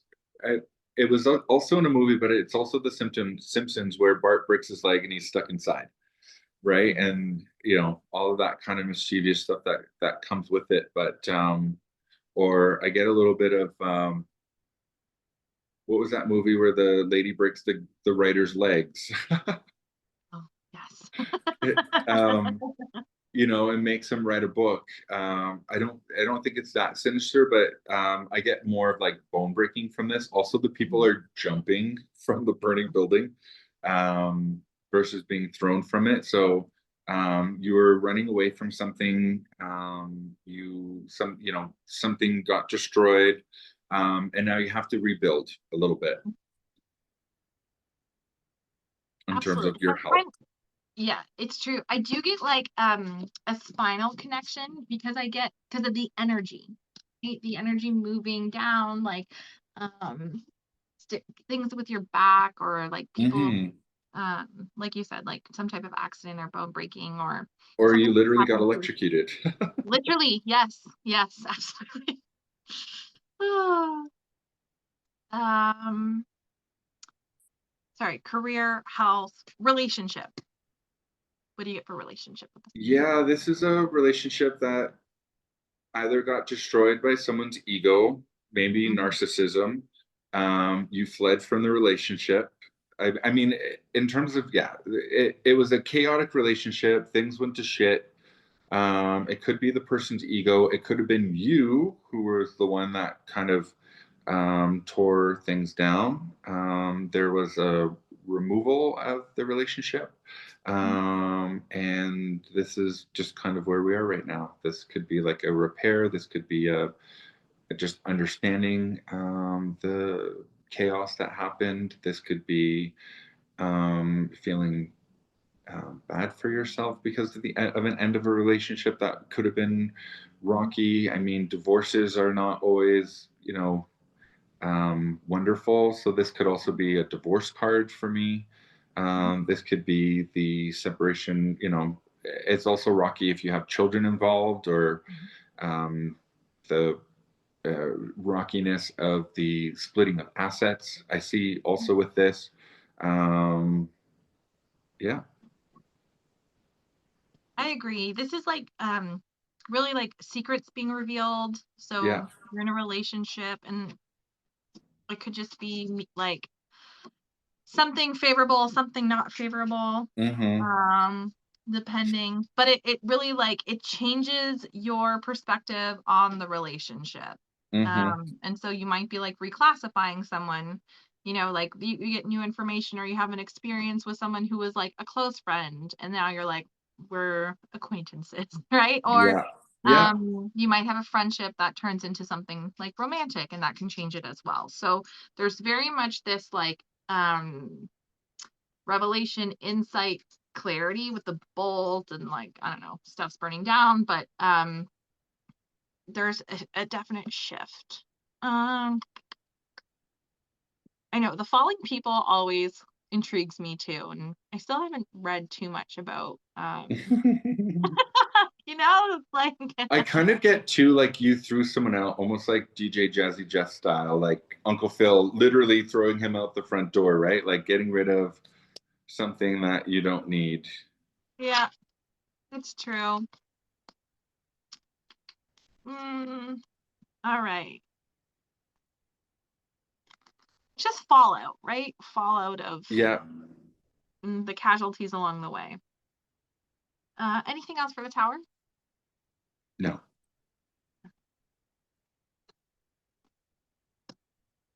The star. So we're in card 17. We're through some of the most difficult um, cards in the tarot. With the death, temperance, the devil tower, it's really dark, and then it's like the star comes out. So the star, it represents like Aquarius energy. We have again the 8-pointed star. that shows up many times throughout the tarot. It shows up in the Hermit. And it really just it's a symbol of hope, cosmic connection. Um, Hmm. there's a lot there's different perspectives on who this being is. And we see them again in the world. So some people see them as Aphrodite, some people see them as Isis, some people just see this as like I don't know, like however this person relates to you, you just take with it. It is very much like the water bearer that we have here with Aquarius. This could also be a vulnerable temperance because where temperance has the two cups, the star has these two jugs. So there's this vulnerability element because they are not clothed. We have the one foot on the earth, the one foot in the water, representing that grounding, earth physical, and the spiritual component of our lives. There's this bird over here, and birds typically represent freedom, higher perspective. But the water represents like water of life, resourcefulness, healing. Mhm. Hmm. So, hope, optimism, inspiration, visionary, faith, rejuvenation, healing, cosmic guidance, renewal, miracles. This is a miracle card when it comes up. But hope is like my main keyword for this card. Same. Mhm. For me, it's your hopes and dreams, right? You have the ability, like going back to the Empress or um, the magician or the high priestess and the magician. There's that little bit of like cosmic fate component of divinity of psychicness, but this is to me kind of dreams turning into reality. Mhm. Um, and like your hope. So to me, this is a positive card. Hmm. I agree. And if this is showing up for career, this Hmm. is normally like one, it could represent fame, Yeah, and whatever fame looks like for you, right? Or like yeah. public recognition comes with this card. Recognition is an element. So you could be just being like rewarded in front in like your company, or you know, maybe you're blowing up on YouTube, something like that where you're having an impact on people around you. Hmm. Um, for career, it also mean like maybe if you've been holding your ideas inside, or um, if you've been like brushing off like comment, you know, it's like owning your success. Um, you know, like standing out and being a star.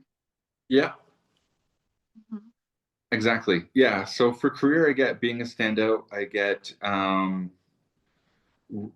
like recognizing your hopes and dreams, kind of things turning into reality.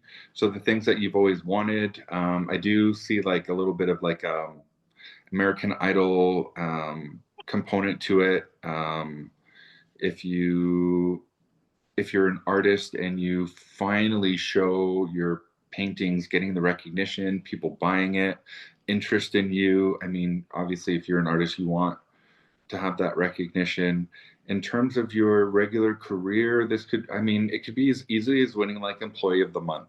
You know what I Mhm. mean? Yes. If you work in like research and development, this could be, yeah, like you being published. This could be, you know, a revelation in terms of like research.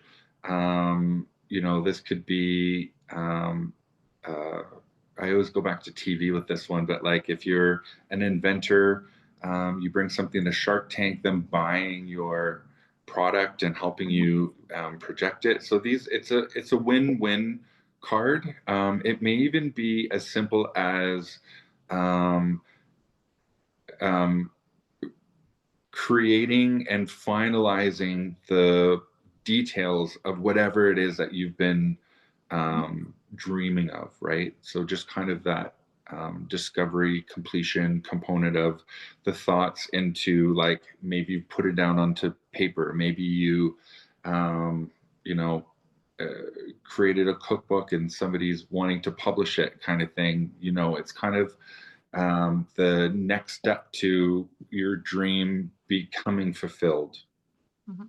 in terms of work. Yeah. I agree. With health, again, like this is a symbol of hope. So to me, this is like Mm-hmm. recovery after a period of illness. I don't have too much for health for this one. Like it's just like you're finding the right people that you need to be with, you're finding the Yeah. right balance of like personal ownership and like care from others. Yeah. um I don't have a lot for or this. So the other thing with star, it could be because it's like a very much connecting the dots. So with Mm-hmm. all of like these 7 stars, so it could be like, you know, I have this symptom, this symptom, this symptom, this symptom, and maybe up until this point, you know, they seemed like they were independent of each other. And the star could be like, oh, this kind of like it brings everything together if we think of like Mm-hmm. his constellations, like connecting the stars. So it Mm-hmm. could be like connecting the dots. Um, and this is to me there's forward motion, or you know the stars are the clearest when it's dark and it's cold. So it's hope and it's like clarity, so if someone's going through a really challenging time with Mm-hmm. their health. Hmm. So for me, this could be like the um, end of recovery. You know, it's kind of like the Mm, miracle card, yeah. and so you know, this could be someone who's had a long stay in the hospital, rehab, and now like as simple as like their hopes and dreams is like to get home. So this could Yes. be like a returning to home after a prolonged illness.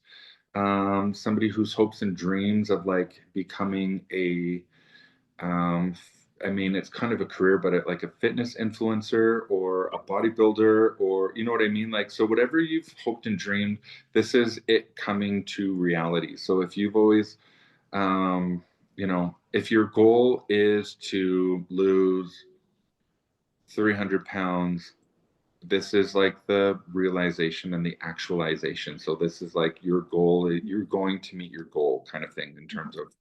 of health. This is somebody who um, you know, has kind of come out of, you know, they were down and out on their luck with their health, maybe through Mhm. mental illness.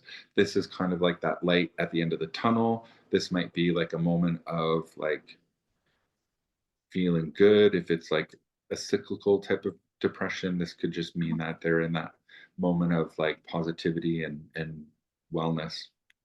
Mhm. I agree. Mm-hmm. In relationships, it's this is a common and harmony I get with this Yeah. card. Um, these are those like cosmic connections, you know, Yeah. those people that you meet and that you're like, oh, we were like meant to meet. Like there's a destiny Mm-hmm. element to it. Chosen family or cosmic family, people Mm-hmm. relate to it in many different ways. These are relationships that you find yourself shining in, right? If we think of like Mm-hmm. shining stars. So they're just like supportive, they're emotionally supportive, but they're also like practical and grounded. Yeah. Um, yeah, but it Yeah, for I get the relationships. same for a relationship. I mean, if someone were like, "Am I gonna find my love?" I would be like, "Yeah, you are." I agree. Yeah, I you're kind on of the get right like, path. I kind of get like the practical magic. Do you remember that movie where Yes, I she love dreamed of the guy with the two with the star and the two different color eyes, and like it came true? It's kind of, you know, I kind of get those vibes with this card. It's like that cosmic component. yeah. Maybe this is your what do they call it? Your star seed, your Mhm. twin flame, Mhm. meeting them, and your twin flame could just be like your soul. What do they call it? Like your soulmate Your or your soulmate, soul. who could be like your best friend or Mhm. your romantic partner, or you know, whatever it is. But if this card were to come up, I would definitely like, I don't know, I don't like to lead people, but I would just Yeah. say that this is like a really positive card, and I don't necessarily I wouldn't necessarily use the word like your twin flame or your soulmate, but you know, if someone, yeah, I would just kind of say that this person is going to be really impactful in your life, and it's going to be a very intertwined, very mutually beneficial relationship that's going to, Mhm. you know, last for some time. Yeah. Those destined connections. Yeah. Just trying to think. Do, do, do, do, do. I don't have anything else for the star. No, me neither. Any other insights? Okay, perfect. So these cards, they're very elemental because we have the star, the moon, and the sun. Yeah. And these were very much like in the cosmic landscape. We are looking at cycles of time when we're Hmm. talking about the moon and the sun. So the moon, again, tons of symbolism here. Um, we again meet the towers and the pillars, which can kind of represent that passageway, that protection, that boundary line, that portal into a new place. Hmm. We have the wolf and the dog. So they're like guardians and guides. So it's like sometimes people read these as like the wolf is like the wild instinct and the dog is like the tamed self. So balancing between like primal nature and discipline or structure. There's like a crayfish, a lobster, depending on how um, you want to look at the little crustacean that's coming out of the water. So it just represents again the subconscious fears, but it can also there's like a hard outer shell and like a softening inside. So like there's protection, but there's also softness. I'm losing all my words now. Anyways, That's okay. um, so the moon, um, it is connected with like Neptune and Pisces or water elements or Cancer.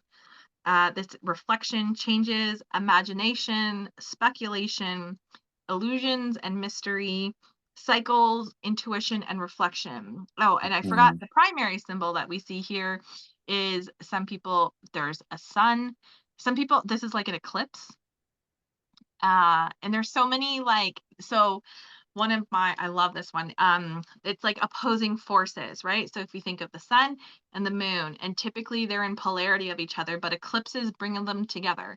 So even if things seem like really far apart, or even if things seem like they're never going to come together, or it's taken a long time to come together, in this card, we have that eclipse, that almost like impossibility in our solar system. And we do have eclipses like twice a year. So um, that can show up in the interpretation, like in the guidance you give. There's like the man in the moon that we see here, like with the face. So again, like this celestial like guardianship, um, very much mystery, and cycles and changes. So Mhm. mhm. What do you get for the moon? For me, I have illusions, Mhm, right? It's kind of the things that you don't see. You don't see the dark side of the moon. mhm. Um, it's a little bit of that water and the crawfish kind of business there. I get the unconscious Yep. and I get complexity, but I honestly, I'll say I have difficulty reading this card. Mhm. Hmm. This is another like this is a card where if you pulled it independently, you could read it in different ways, but typically having Yes. like, it's where you would check in with your intuition and what you're Yeah. getting. Um, you could scry the card, Hmm. and where the other cards would absolutely have an influence on Yeah. how you're gonna read this. Um, so we also have like the path again, right? Yeah.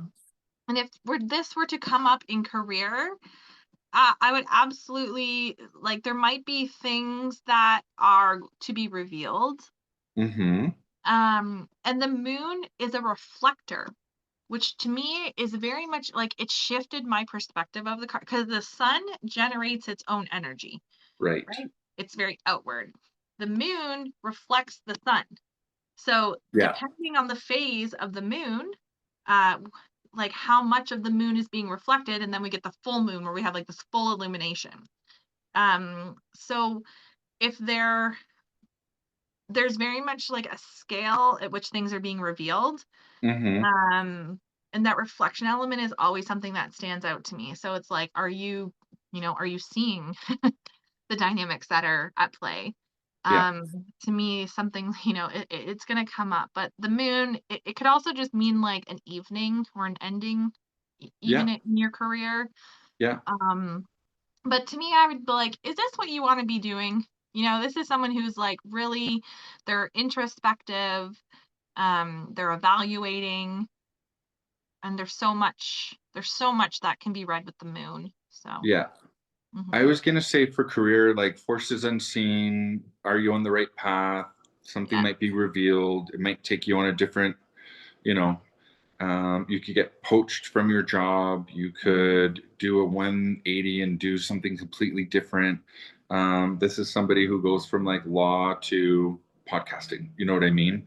mhm, Um, some subconscious things. There could be um, potential hidden illumination, like something that's going to give you a light bulb moment in the future. Just kind of like stay on the path, um, kind of keep things in check from like, you know, over wild imagination or like mhm, too practical. Is kind of what I get on like with the crab, like being the one on the path, and then you have the tame and you have the wild mhm. component, and then like the gateway and the opening to like to what I don't know. Who knows? Yeah, Unknown. unknown Yeah, mystery. Yeah. yeah. All right. Health. This is an interesting one for health because I Yeah. like what you said. Like you're could be moving from like what you're making up in your mind to what's actually physically happening. Yeah. There could be things that like suddenly come up. There's definitely like changes that could be happening. This is also questioning like, are you being disciplined? Like for playing on the wolf and the dog element that's in this card. Are you just kind of like doing what you want, or are you being obedient? Are you following your health plan? Like Yeah. um this could just be someone who's in like it's a long path because I feel connected to the path that's here. Hmm. Like there's like a long journey um that's awaiting that's like unknown. So health, I don't know. Oh, this could also be sorry, sometimes I also get this with Alzheimer's. Because it's Okay. like the night, what is it? Not night shift. Sundowning. Yes, thank you. Um, mhm. Anything else for health? Um, for health, I would probably be reaching if I tried to choose something, but I definitely there's that journey component with it, like you know, chronic illness coming, going. I do get like the duality of like I've been on the path, I'm off the path, on the wagon, off the wagon. So I get a little bit of like addictions, alcoholism with this card. You know, uh, I get mood disorder with Mhm, this, like bipolar, schizophrenia, you know, mhm, different sides of depression with this, with a little bit of like the darkness, a little bit of the lightness, a little bit of the unknown, but also the journey component to it. Um, I also get weight loss journey on this, and like that's a lot that a lot of people battle with that for a very long time, and mhm, there's a lot of unforeseenness with that, a lot of like unconscious mhm, things with that, a little bit of hiding, if people have mhm, like an eating disorder, if people have addictions, there's also hiding with that as well. This might mean that it's finally illuminated, and they have to deal with it a little bit. Um, yeah. And the moon is like there's a magnetic pull, right? Because Mm-hmm. the moon affects water and it affects the wave and it affects the tide. So Mm-hmm. I get this like very much cause and effect with this card too, in a Mm-hmm. more subtle way as opposed to like justice. Mhm. In relationships, I would say a secret is going to be revealed, something's Yeah. being hidden. Are you maybe mirroring, or are you reflecting, some people are you being yourself is what I would say, like, or I are was you gonna say trying. they take on the personality and characteristics of their partner, and like now they're the same person. Yeah, Yeah. so independence and autonomy, like, absolutely. Um To me, sometimes when this comes up in relationships, there's like with the towers, it could be, like is there absolutely secrets, mystery, hiding, watching, like who's watching Mm-hmm. them, right? Um, Confusion, disappointment. like I know, like it. It's I have trouble reading this card because like you went from the devil, you went from the tower, and then you went to the Mhm. star, and then you get the moon, and then you go to the sun, and it's like it's kind of like This like yeah, blanketed between two radiant cards, and not to say that the moon can't be a positive card, but that's why I find it difficult to read because you go from the star and then you go to the moon, and it's Mm, like it's a complex card, right? It deals with complexities, and then you go to the sun, and there's a lot of symbolism in the sun, but to me, right away, as soon as the sun, I'm like, great, joy, yeah. fantastic, illumination, sun is shining, um, positivity, right? And so for the moon, for me, it's a little bit difficult because the stars, your hopes and your dreams, and then the moon is like, I don't know, and then the sun is like, yay. I really get with like these last like 5 cards, it's like, "Oh, it's gonna be great. Are you sure? Oh, it's gonna be Yes. amazing. Are you sure? Yes, I'm sure." Yeah. Like, they feel like the moon is, but to me, overall, it's this is really at a conscious level, at a high level. You can be like, "I have this awareness. I have this understanding. This is what I'm doing. This is how I'm," but if inside, deep in like, this could be feelings of envy, you know what I mean? Like, you could be Hmm. friends with somebody and, like, everything seem but there's always, like, instinctually, like, something you know what I mean? Like, subconsciously, they could have a lot of envy towards you. Hmm. So it's, really, like, uh deep it's like the deep down, like, it's not the surface level, it's the things that are, like, underneath of it and that are hidden. So, Neptune is a weird planet, and that's what rules this card. Uh, it's a weird energy. Yeah. This is also Pisces energy too, and Pisces is, like, 12th house energy, it's endings, and it's that kind of, like it's that weird spots in our mind, Hmm. that we can go to that are yours. So I don't know, the moon, that's why I like kinda like the eclipse energy of it. Um, Yeah. it's an interesting card. This is one of the Yeah. ones that you can layer and layer and layer and layer. Yeah. So, Agreed. alright. Anything else for the moon? No. Alright. And the sun. So now we're in the last 3 cards, and the sun Hmm. appears, and it's like, "Oh, here we are." So the main the main image is like this radiating sun imagery. And again, it's like kind of like that animist, when the sun has personality, right? Um, so first and foremost, we have our naked little baby riding horse. This is like purity, innocence, and simplicity. Hmm. And then purity and power, with this like sash of vitality and passion and energy. because I feel like the previous 5 cards are it's a bit of like a low energy and internal, and the sun is like, "I'm back out and I'm revived." Hmm. Even the rays of the sun, there's, um there's a lot of energy. So there are the sunflowers in the background, which represent growth, beauty, and strength. Some people will also in sunflowers we see like in the Queen of Wands, so we see them come up before.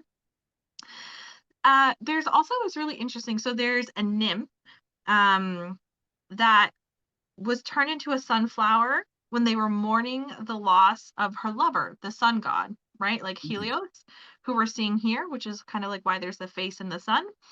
And so some people say like that sunflower is that nymph. And they are always moving to the sun because they are waiting to see like the chariot of Helios of their lover, right? Kind of like Mm. come out of the sun and return to them, or sorry, Apollo, the chariot.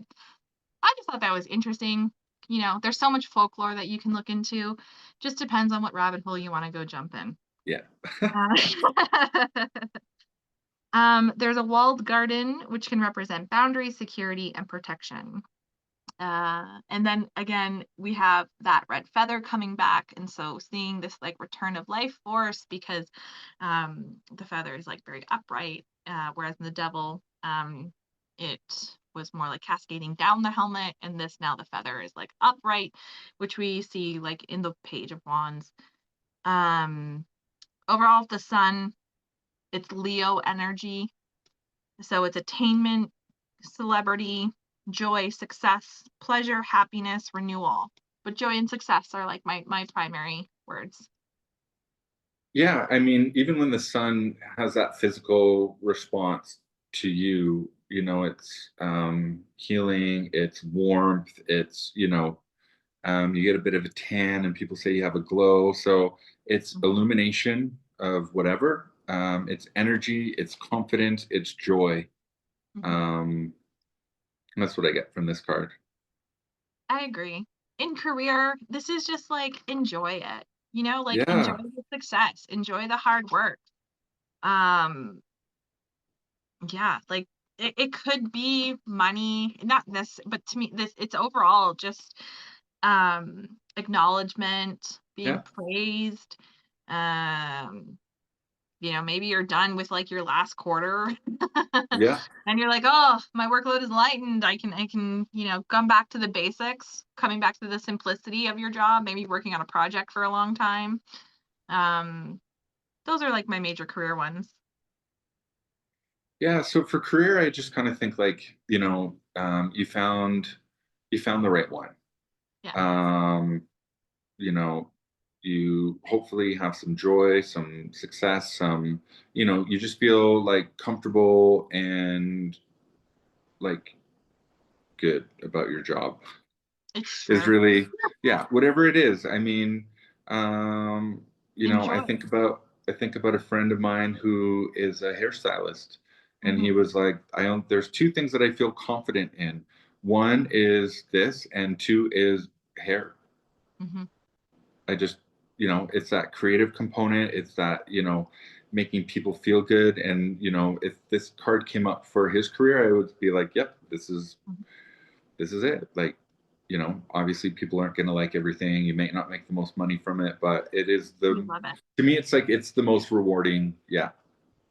You love it. And sometimes it's like the realization of childhood dreams. If Yeah. you were always like, oh, I always wanted to do this, and then now you're like, I'm doing it. Like I'm in that Yeah. career that I always dreamed of, Yeah. just with the little babe that's on the horse. Yeah. Um, Health, it's a period of good health. This Mm-hmm. could be the birth of a child Mm-hmm. or the adoption of a child. Mm-hmm. This could just be like honestly enjoy and go outside, like go Mm-hmm. get some sun. Um, Maybe you need some vitamin D. Yeah. Or but yeah, health I don't have much for it. It's just enjoy your health. Enjoy, yeah. I think it's just feeling good. Yeah. Feeling good, feeling confident. This is the stage of like, you know, Acceptance as well. So if you've been on a health journey of whatever, mental, physical, emotional, this is just basking in the sun right now, enjoying where you are. Mhm. Um, yeah. Get outside. Hmm.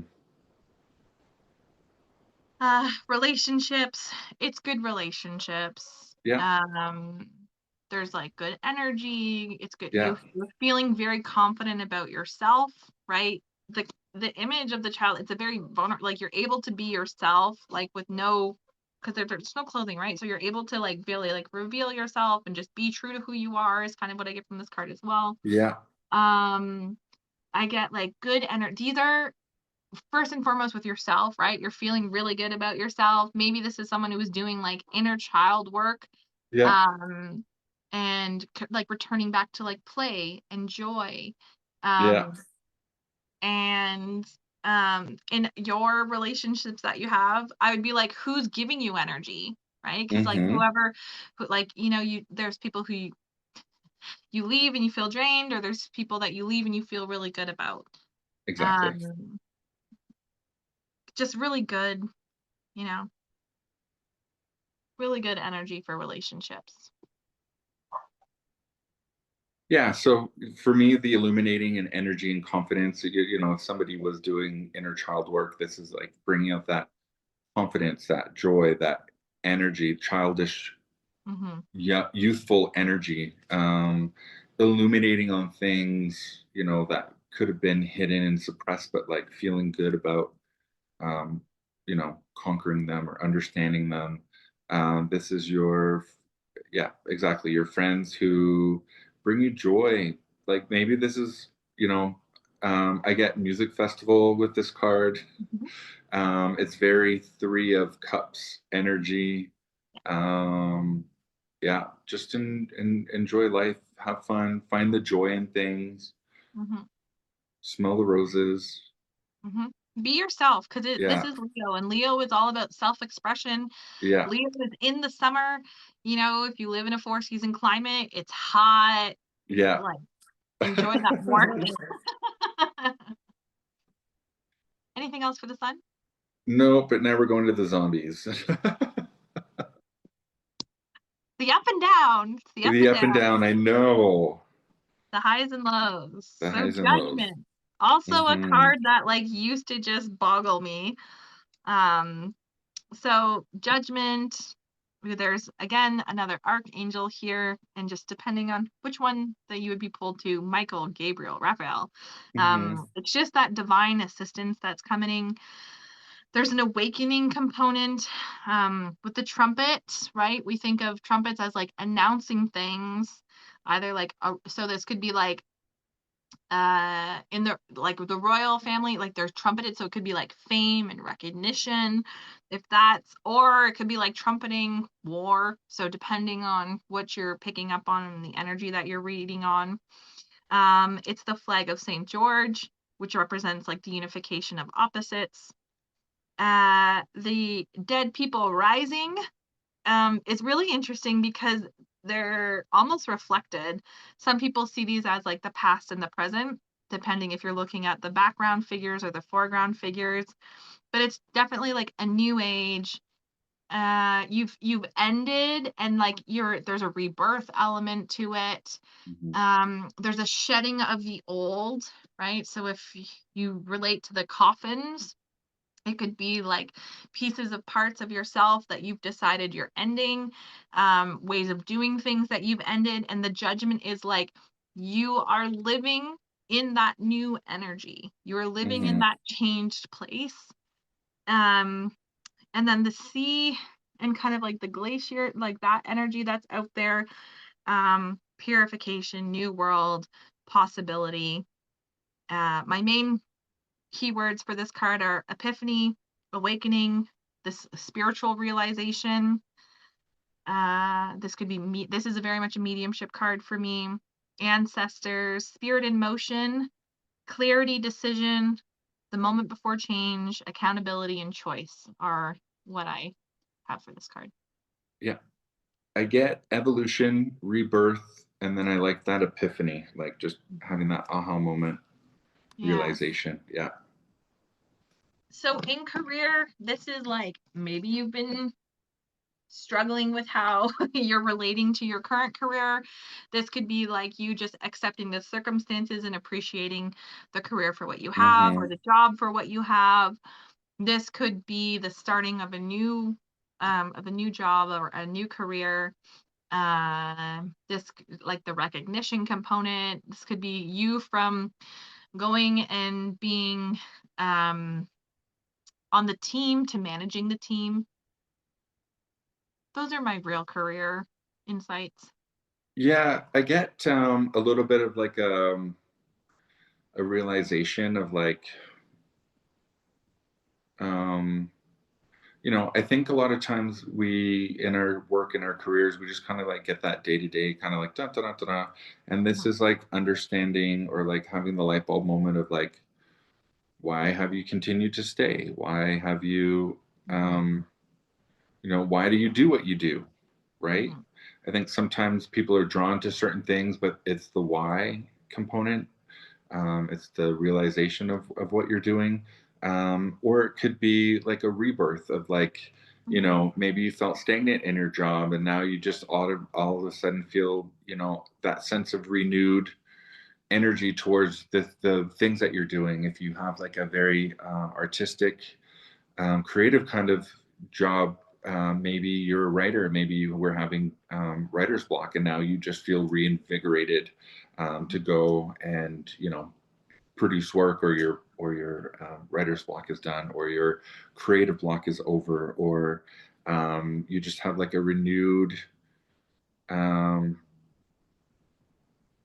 enjoyment of work. Maybe mhm, there's been a bit of stagnicity and now it's just maybe your work is being mhm, revitalized, or you're putting some new oomph into whatever it is that you're doing. mhm. There's some type of real or like you realize like I actually need a vacation. I don't just like my job. Yes, or that as well. Yeah, or it's the epiphany of like, I'm not doing what I'm supposed to do. Yes. Yes, and Yes. that part as Calling well. that yeah, that was gonna be like my last comment was like you realize you're calling, Yeah. you know? Kind of how you were talking that like your friend that's a hairdresser, like that's kind of like something that feels like, like they realize that that's something that um is it really important in their life and it's something that they're Mhm. called to and drawn to and it invigorates them. Mhm. Health, I'm a medium. So this could be people who have the clarity and awareness of like an afterlife or a reincarnation in their health. This just could absolutely mean um, this could be someone coming out of a coma Mhm. or someone who's coming out of a depression or someone who's coming out of isolation because I do get an isolation component to this. This could be health wise also somebody who might be going and doing like gender reassignment surgery. Mhm. And they're like being birthed into this like the true calling of who they are. Mhm. Health, this is like getting, you waited so long for this treatment plan or you waited so long for this like diagnostic that you had to go through and just like, oh, it's here. Um, mhm. Yeah. Anything else for help? Yeah, I just kind of get like that. I get that same vibe as well. Somebody who is coming out, like you said, of a depression, somebody who is, coming out of a funk, somebody who is getting over, starting to feel well, almost like that sun card, right? Like they're starting to have like a little bit of a reawakening. Mhm, Somebody, with illness, feeling good, having an appetite, those things kind of go to the wayside. And so this is somebody who's like starting to want to eat. This is somebody who wants to be around people and get outside and those kinds of things, right? Like that. Um, feeling cold and now you're feeling warm kind of thing. mhm. Good. Even like recovery from like PTSD, right? Like Hmm. you're feeling like, oh, I can re-enter the world in a safe way again. And there's so many different. Yeah. This is actually a really powerful health card.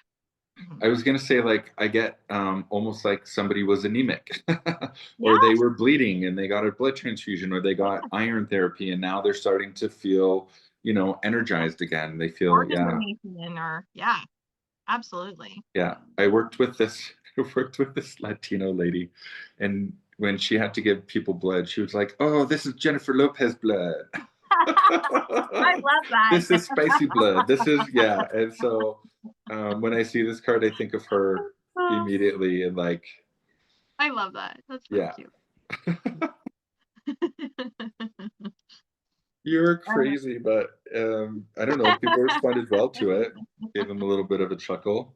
Yeah. Yeah. Um, so in relationships, this could be first and foremost with yourself. So Mm-hmm. there's a maturity aspect to it. And Mm-hmm. typically I find when people go through personal growth and transformation, they go very much into this internal, almost like hibernation phase, and then they like come out again. So this could just be somebody who has been working on the relationship to themselves.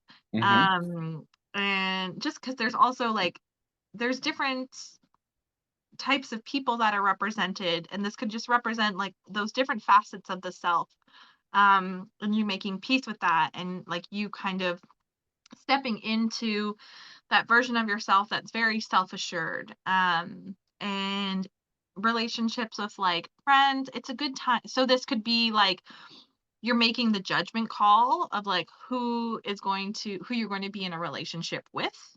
Mm-hmm. So whether friendship or romantic otherwise, it could have that energy to it. There's just like new phase energy. Mm-hmm. It could be like a celebration of a relationship, but the spiritual guidance. There's a very spiritual card. There's so much imagery in it that like leans to that. So these are just like relationships that either it could be someone who catalyzes like the spiritual awakening. Yeah. Um, because I do believe it's internal, but I believe that our experiences are shaped by the people that we interact with. Mm-hmm. And you either like catalyze someone or you kind of like dampen someone. So these are relationships that are like lifting you up and that are like celebrating you. The figures are Mm-hmm. also they're nude.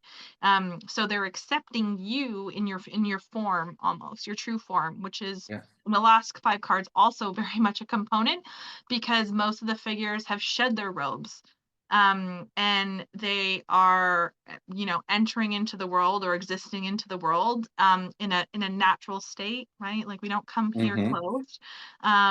So it's without restriction, and it's just kind of like you for who you are as opposed to like what you're wearing or how you're dressing or how like you're expressing yourself physically to different people.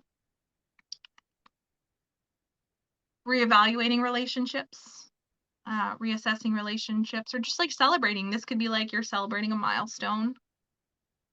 Mhm. Yeah. I find for me, this is somebody who has found spirituality. Either they had a spiritual awakening or they find community in a church, synagogue, mosque, temple. Um, this is somebody who is emerging after a period of internal growth, and they want to be out with society again, kind of that re-emerging. This is somebody who is feeling welcomed in whatever kind of community that they are wanting to be a part of. Mhm, This is, because everyone's kind of got like those open arm praise kind of things. So it's a very accepting. mhm, It's a very accepting card for me in terms of relationships. Everyone's kind of emerging from their tombs. There is that water component. So is this, emerging into a new land? Is this mhm, migrating, immigration? Is this somebody seeking salvation in another country because of persecution? mhm. So I get kind of all those things in terms of relationships. But Yeah. overall, it's a positive card. Either you've evaluated and kicked out, or you've um, opened and received kind of thing. It's like a yeah, And you've made it to card 20 yeah, and you like realize like if I can deal with all that, yeah, you know what I mean? To me, this yeah. is someone who's like, I can't there's somebody I cannot remember the roots of it, but there's people who they believe where if you've had a hard life in like the first half of your life, you're like rewarded in the back half of your life. I don't know if you Oh, ever that's heard that. nice. Yeah, I thought it was really like really because there's certain things, right? There's this childlike element, and there's certain things you can and cannot control in your childhood, Hmm. right? You are born into certain conditions. And then when you reach a point of autonomy and growth, like then you're able to take control of that. And sometimes judgment is like the reconciliation of like what was I born into and those experiences that I had in early life, and how am I then taking those experiences and using them in order to make good decisions that are true to me who I am now. And sometimes I have that with this card. So mhm. Judgment. I love Hmm. judgment. Hmm. Like you're good. You made it this far. Keep going. Yeah, and this card was hard for me to read because of the angelic figure and then all of these zombie bodies that I was like, oh, what? The apocalypse. I was like, is this like, anyways, but it's come to be a favorite card of mine. Yeah. Me, Yeah. same. Mhm. No matter what you go through in life, you're always given a judgment, right? You're always given that Yeah. opportunity to set, to change, to grow. And if you're in dynamics that you feel are out of your control, or if you're in dynamics that you feel you can't express yourself, life will always give you that opportunity. Um, to me, this is like you're very much making yourself at this point. Hmm. Mhm. All right. Anything else for judgment? No. Okay. And 21. Hmm. We have made it to 21. Yeah.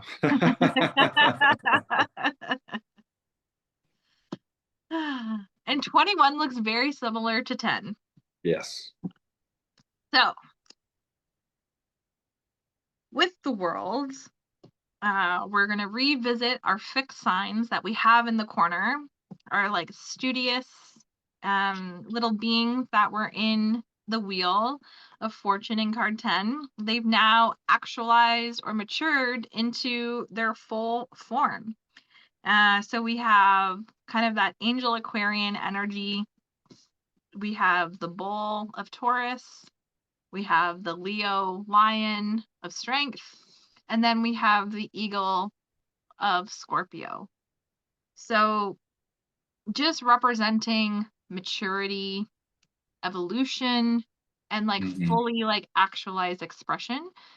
And I kind of like 'cause some people are like, why choose the fixed signs to put on this card? And just like kind of how I chatted about when we started with the Wheel of Fortune, that the fixed signs are very much the in-between of the zodiac signs.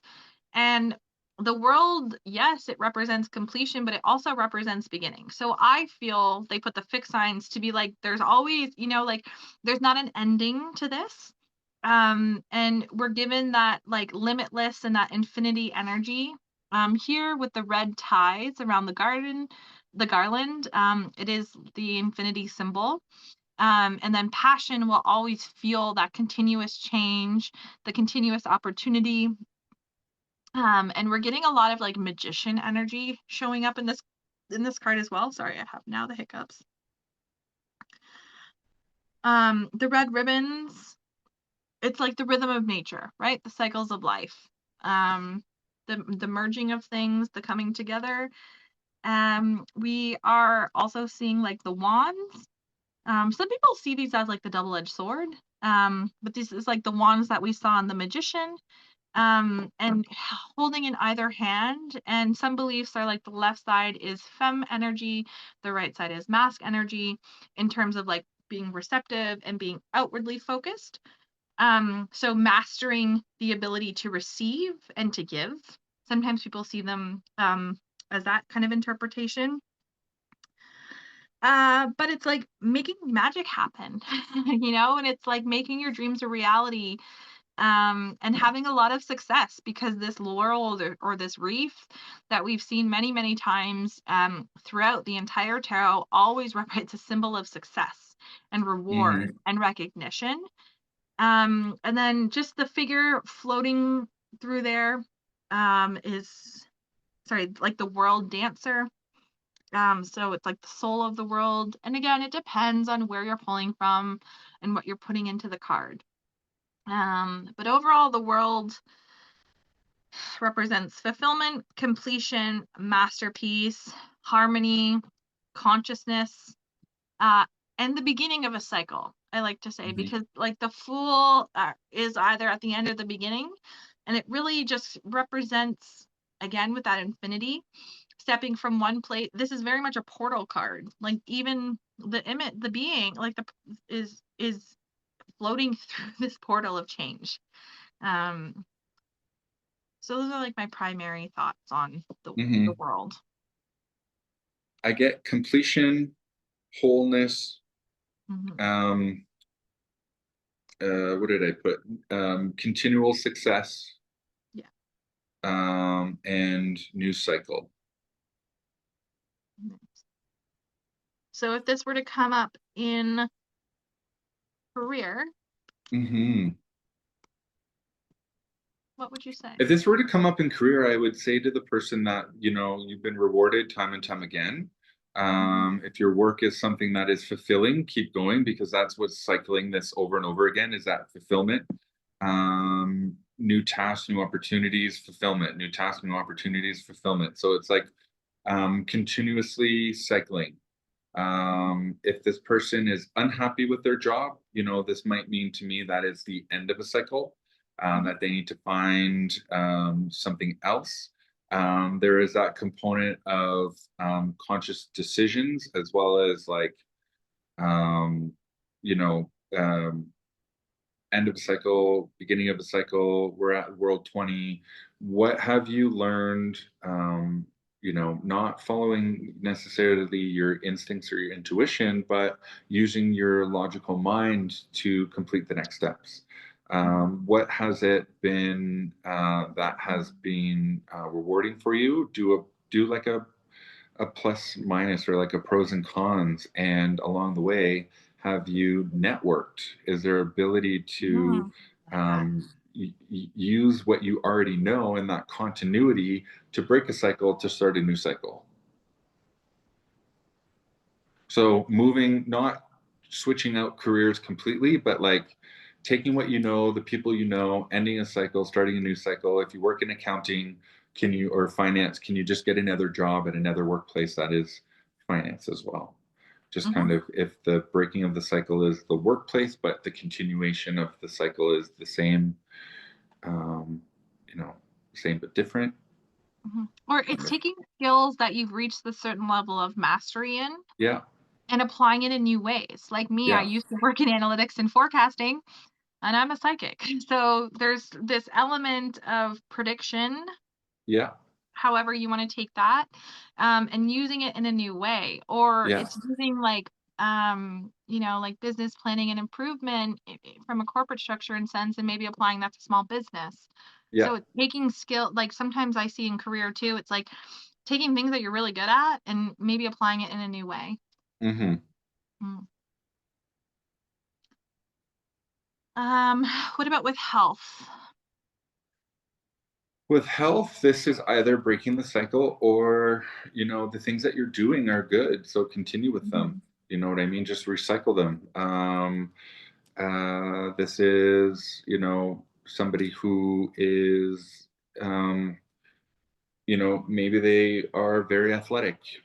This could be, well, keep up the athleticism. You're doing really great. You're finding success with your health, your motivation, your overall well-being. This might just be, changing it a little bit. So if you were a collegiate soccer player, now you have kids, maybe this is becoming a soccer coach. If this is, you are an avid tennis player, getting into pickleball. In terms of health, this is kind of, if we can find new cycles of success, let's just do that. So if it's, you know, going to the gym, maybe this is adding swimming to it. Mhm. Just reaping the rewards of doing a different activity, but it's still an activity. Or if this is somebody who is a couch potato, let's end that cycle and start a new cycle of going for a walk. You know what I mean? So it's a little bit of like either ending a cycle or finding the cycles of success and continuing it. So whatever that means for health. I feel like if somebody is ill, this is kind of like you're breaking that cycle. Hopefully, that cycle will come to an end. Um, yeah. I agree. Mm-hmm. There is, I forgot to mention, like, the purple represents spirituality. So Mm-hmm. there is this, like, to me, you're balancing, and the wands, right? So you're balancing, Yeah. like, spirituality and energy with the practical and the physical. Mm-hmm. Um, mhm. Um, Hope, change. We're seeing a little bit like a hangman energy too, but now the hangman Mm-hmm. is upright, with the shape of the legs. So clarity. I think that's just saying like, Yeah. again, clarity. With relationships, these are like relationships that you're like, like one you found kind of like the world within yourself, right? The Yeah. universe within yourself. And to me, like, just because astrology is such a big part of my practice, and like, just like a topic of interest for me, you can go deeper into the signs that these represent. So Aquarius, to me, this is relationships. There's a balance in it because Aquarius represents like innovation and community. They're people who are typically very sensitive or aware of how they show up in community and their status within community. So to me, it's just could be people who have found their communities that are very like wholesome and helpful. Mm-hmm. The Taurus energy, this earth sign that we have, is about material resources and pleasure. So they're found, their relationship to money or their relationship to work and play is in balance because they've figured out ways to keep themselves material comfortable, but also there's that element of pleasure and taking care of yourself. And I mean that in Mm-hmm. the sense of like the small things. Yes, it could be physical and experiencing that like with yourself or somebody else, but it's just the appreciation of the small things. So it's like maybe you're like making yourself dinner, and instead of just like throwing it on a plate, you know, you're appreciating one, like the act of cooking for yourself, and then you maybe like make it look really nice on your plate. Those Mm-hmm. types of small things.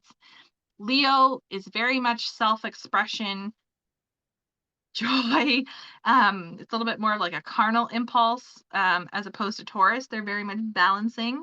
But that just the things that you're like standing out for, things that make you unique, and you're owning them, and you're not afraid to express yourself out into the world.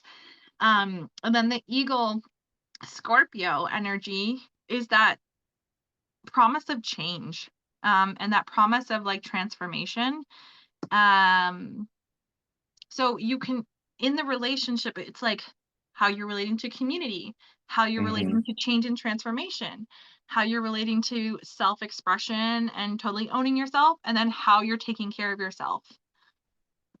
This could just be relationships go through cycles. The longer you're in relationships with people, your relationships, so this could be somebody who's in a relationship with someone, friend or romantic, and the relationship is changing. So whether that's changing, and you're leaning into it and you're showing up differently for each other, or you're choosing to end the relationship. um this could represent marriage, this could represent further commitment, but it Mm-hmm. could also represent an ending, right? Ending those relationships, ending those connections. This could also be people who really care about what others think, and Mm. depending on how and what other cards, right? Because you can almost say that these figures are looking and they're almost like judging this figure Mm-hmm. that we have in the circle. Um, mhm. Anything else for relationships?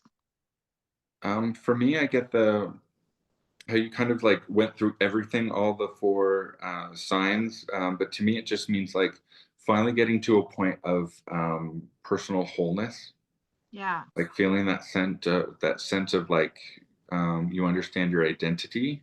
Yes. Not to say that like now you're, you got to that point, great, embrace it, but then now there's going to be more self discovery, right? Like, because that cyclical component Yeah. of it, in terms of your personal relationships around you, friends, family, loved ones, romantic. This could, again, to me, it could mean further commitment, like engagement, wedding, Mhm. commitment ceremony kind of thing. I do get the four zodiac signs as being like supportive and not necessarily judging.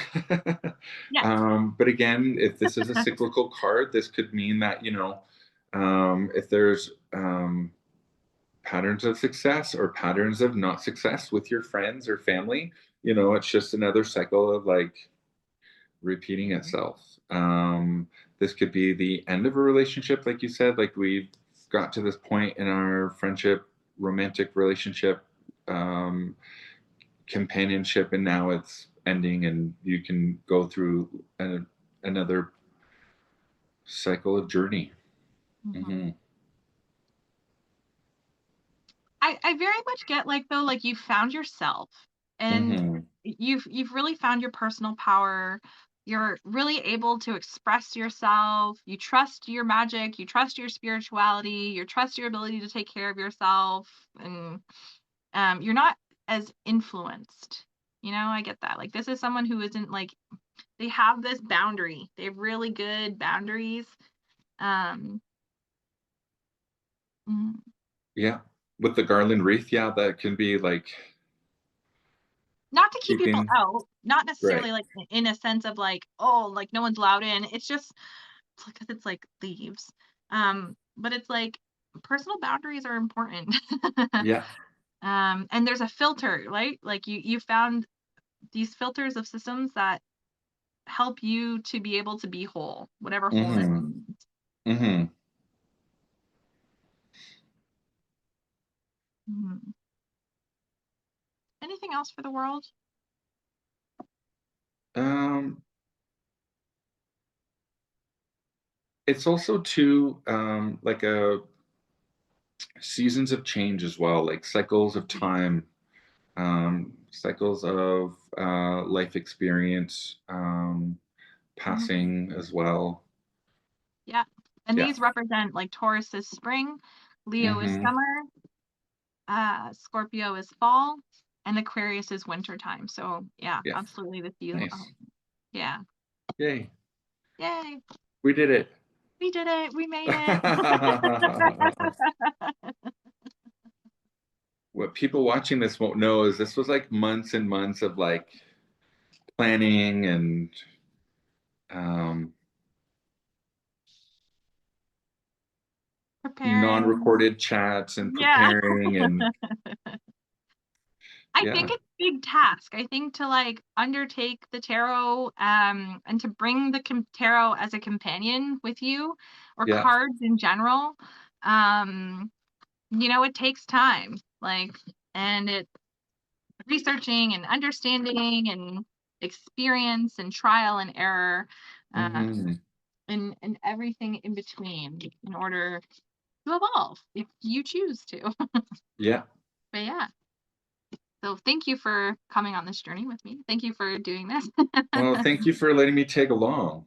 You're welcome. You're Yeah. welcome. It's Um, definitely built up my relationship with the tarot. It's expanded my understanding as well. And I know you do your cards on Sunday and you teach mhm. tarot, and I have my own little clutch that I connect with. And it's just really nice that um, you know, to see the evolution. There's a lot of people who are very confident readers. There's Mhm. people who have learned a very structured tarot and are very dedicated Mhm. to that structure. And there's other Mhm. people who are very out there with their reading and interpretations. And so, everyone has their own practice, and either it's very rigid or it's very open or it's in between. It's just interesting to meet other people who also either have a passion. It's nice to see people who develop a little bit more than reading in their bedroom with a book and only read for themselves. So you know it's just been this has been very enriching for me, is what I'm trying to say. Absolutely. Yeah. Me too. Yeah. Yeah. I'm glad. Well, thank you for coming along with us. You Yes. can check out all the videos. They're up on YouTube. Like, comment, subscribe, ask questions. We still, track them and are paying attention and checking out your comments if you leave them or have any questions. But yeah, so thanks for coming along. Hope you enjoyed. Bye, everyone. Bye, Jay. Bye.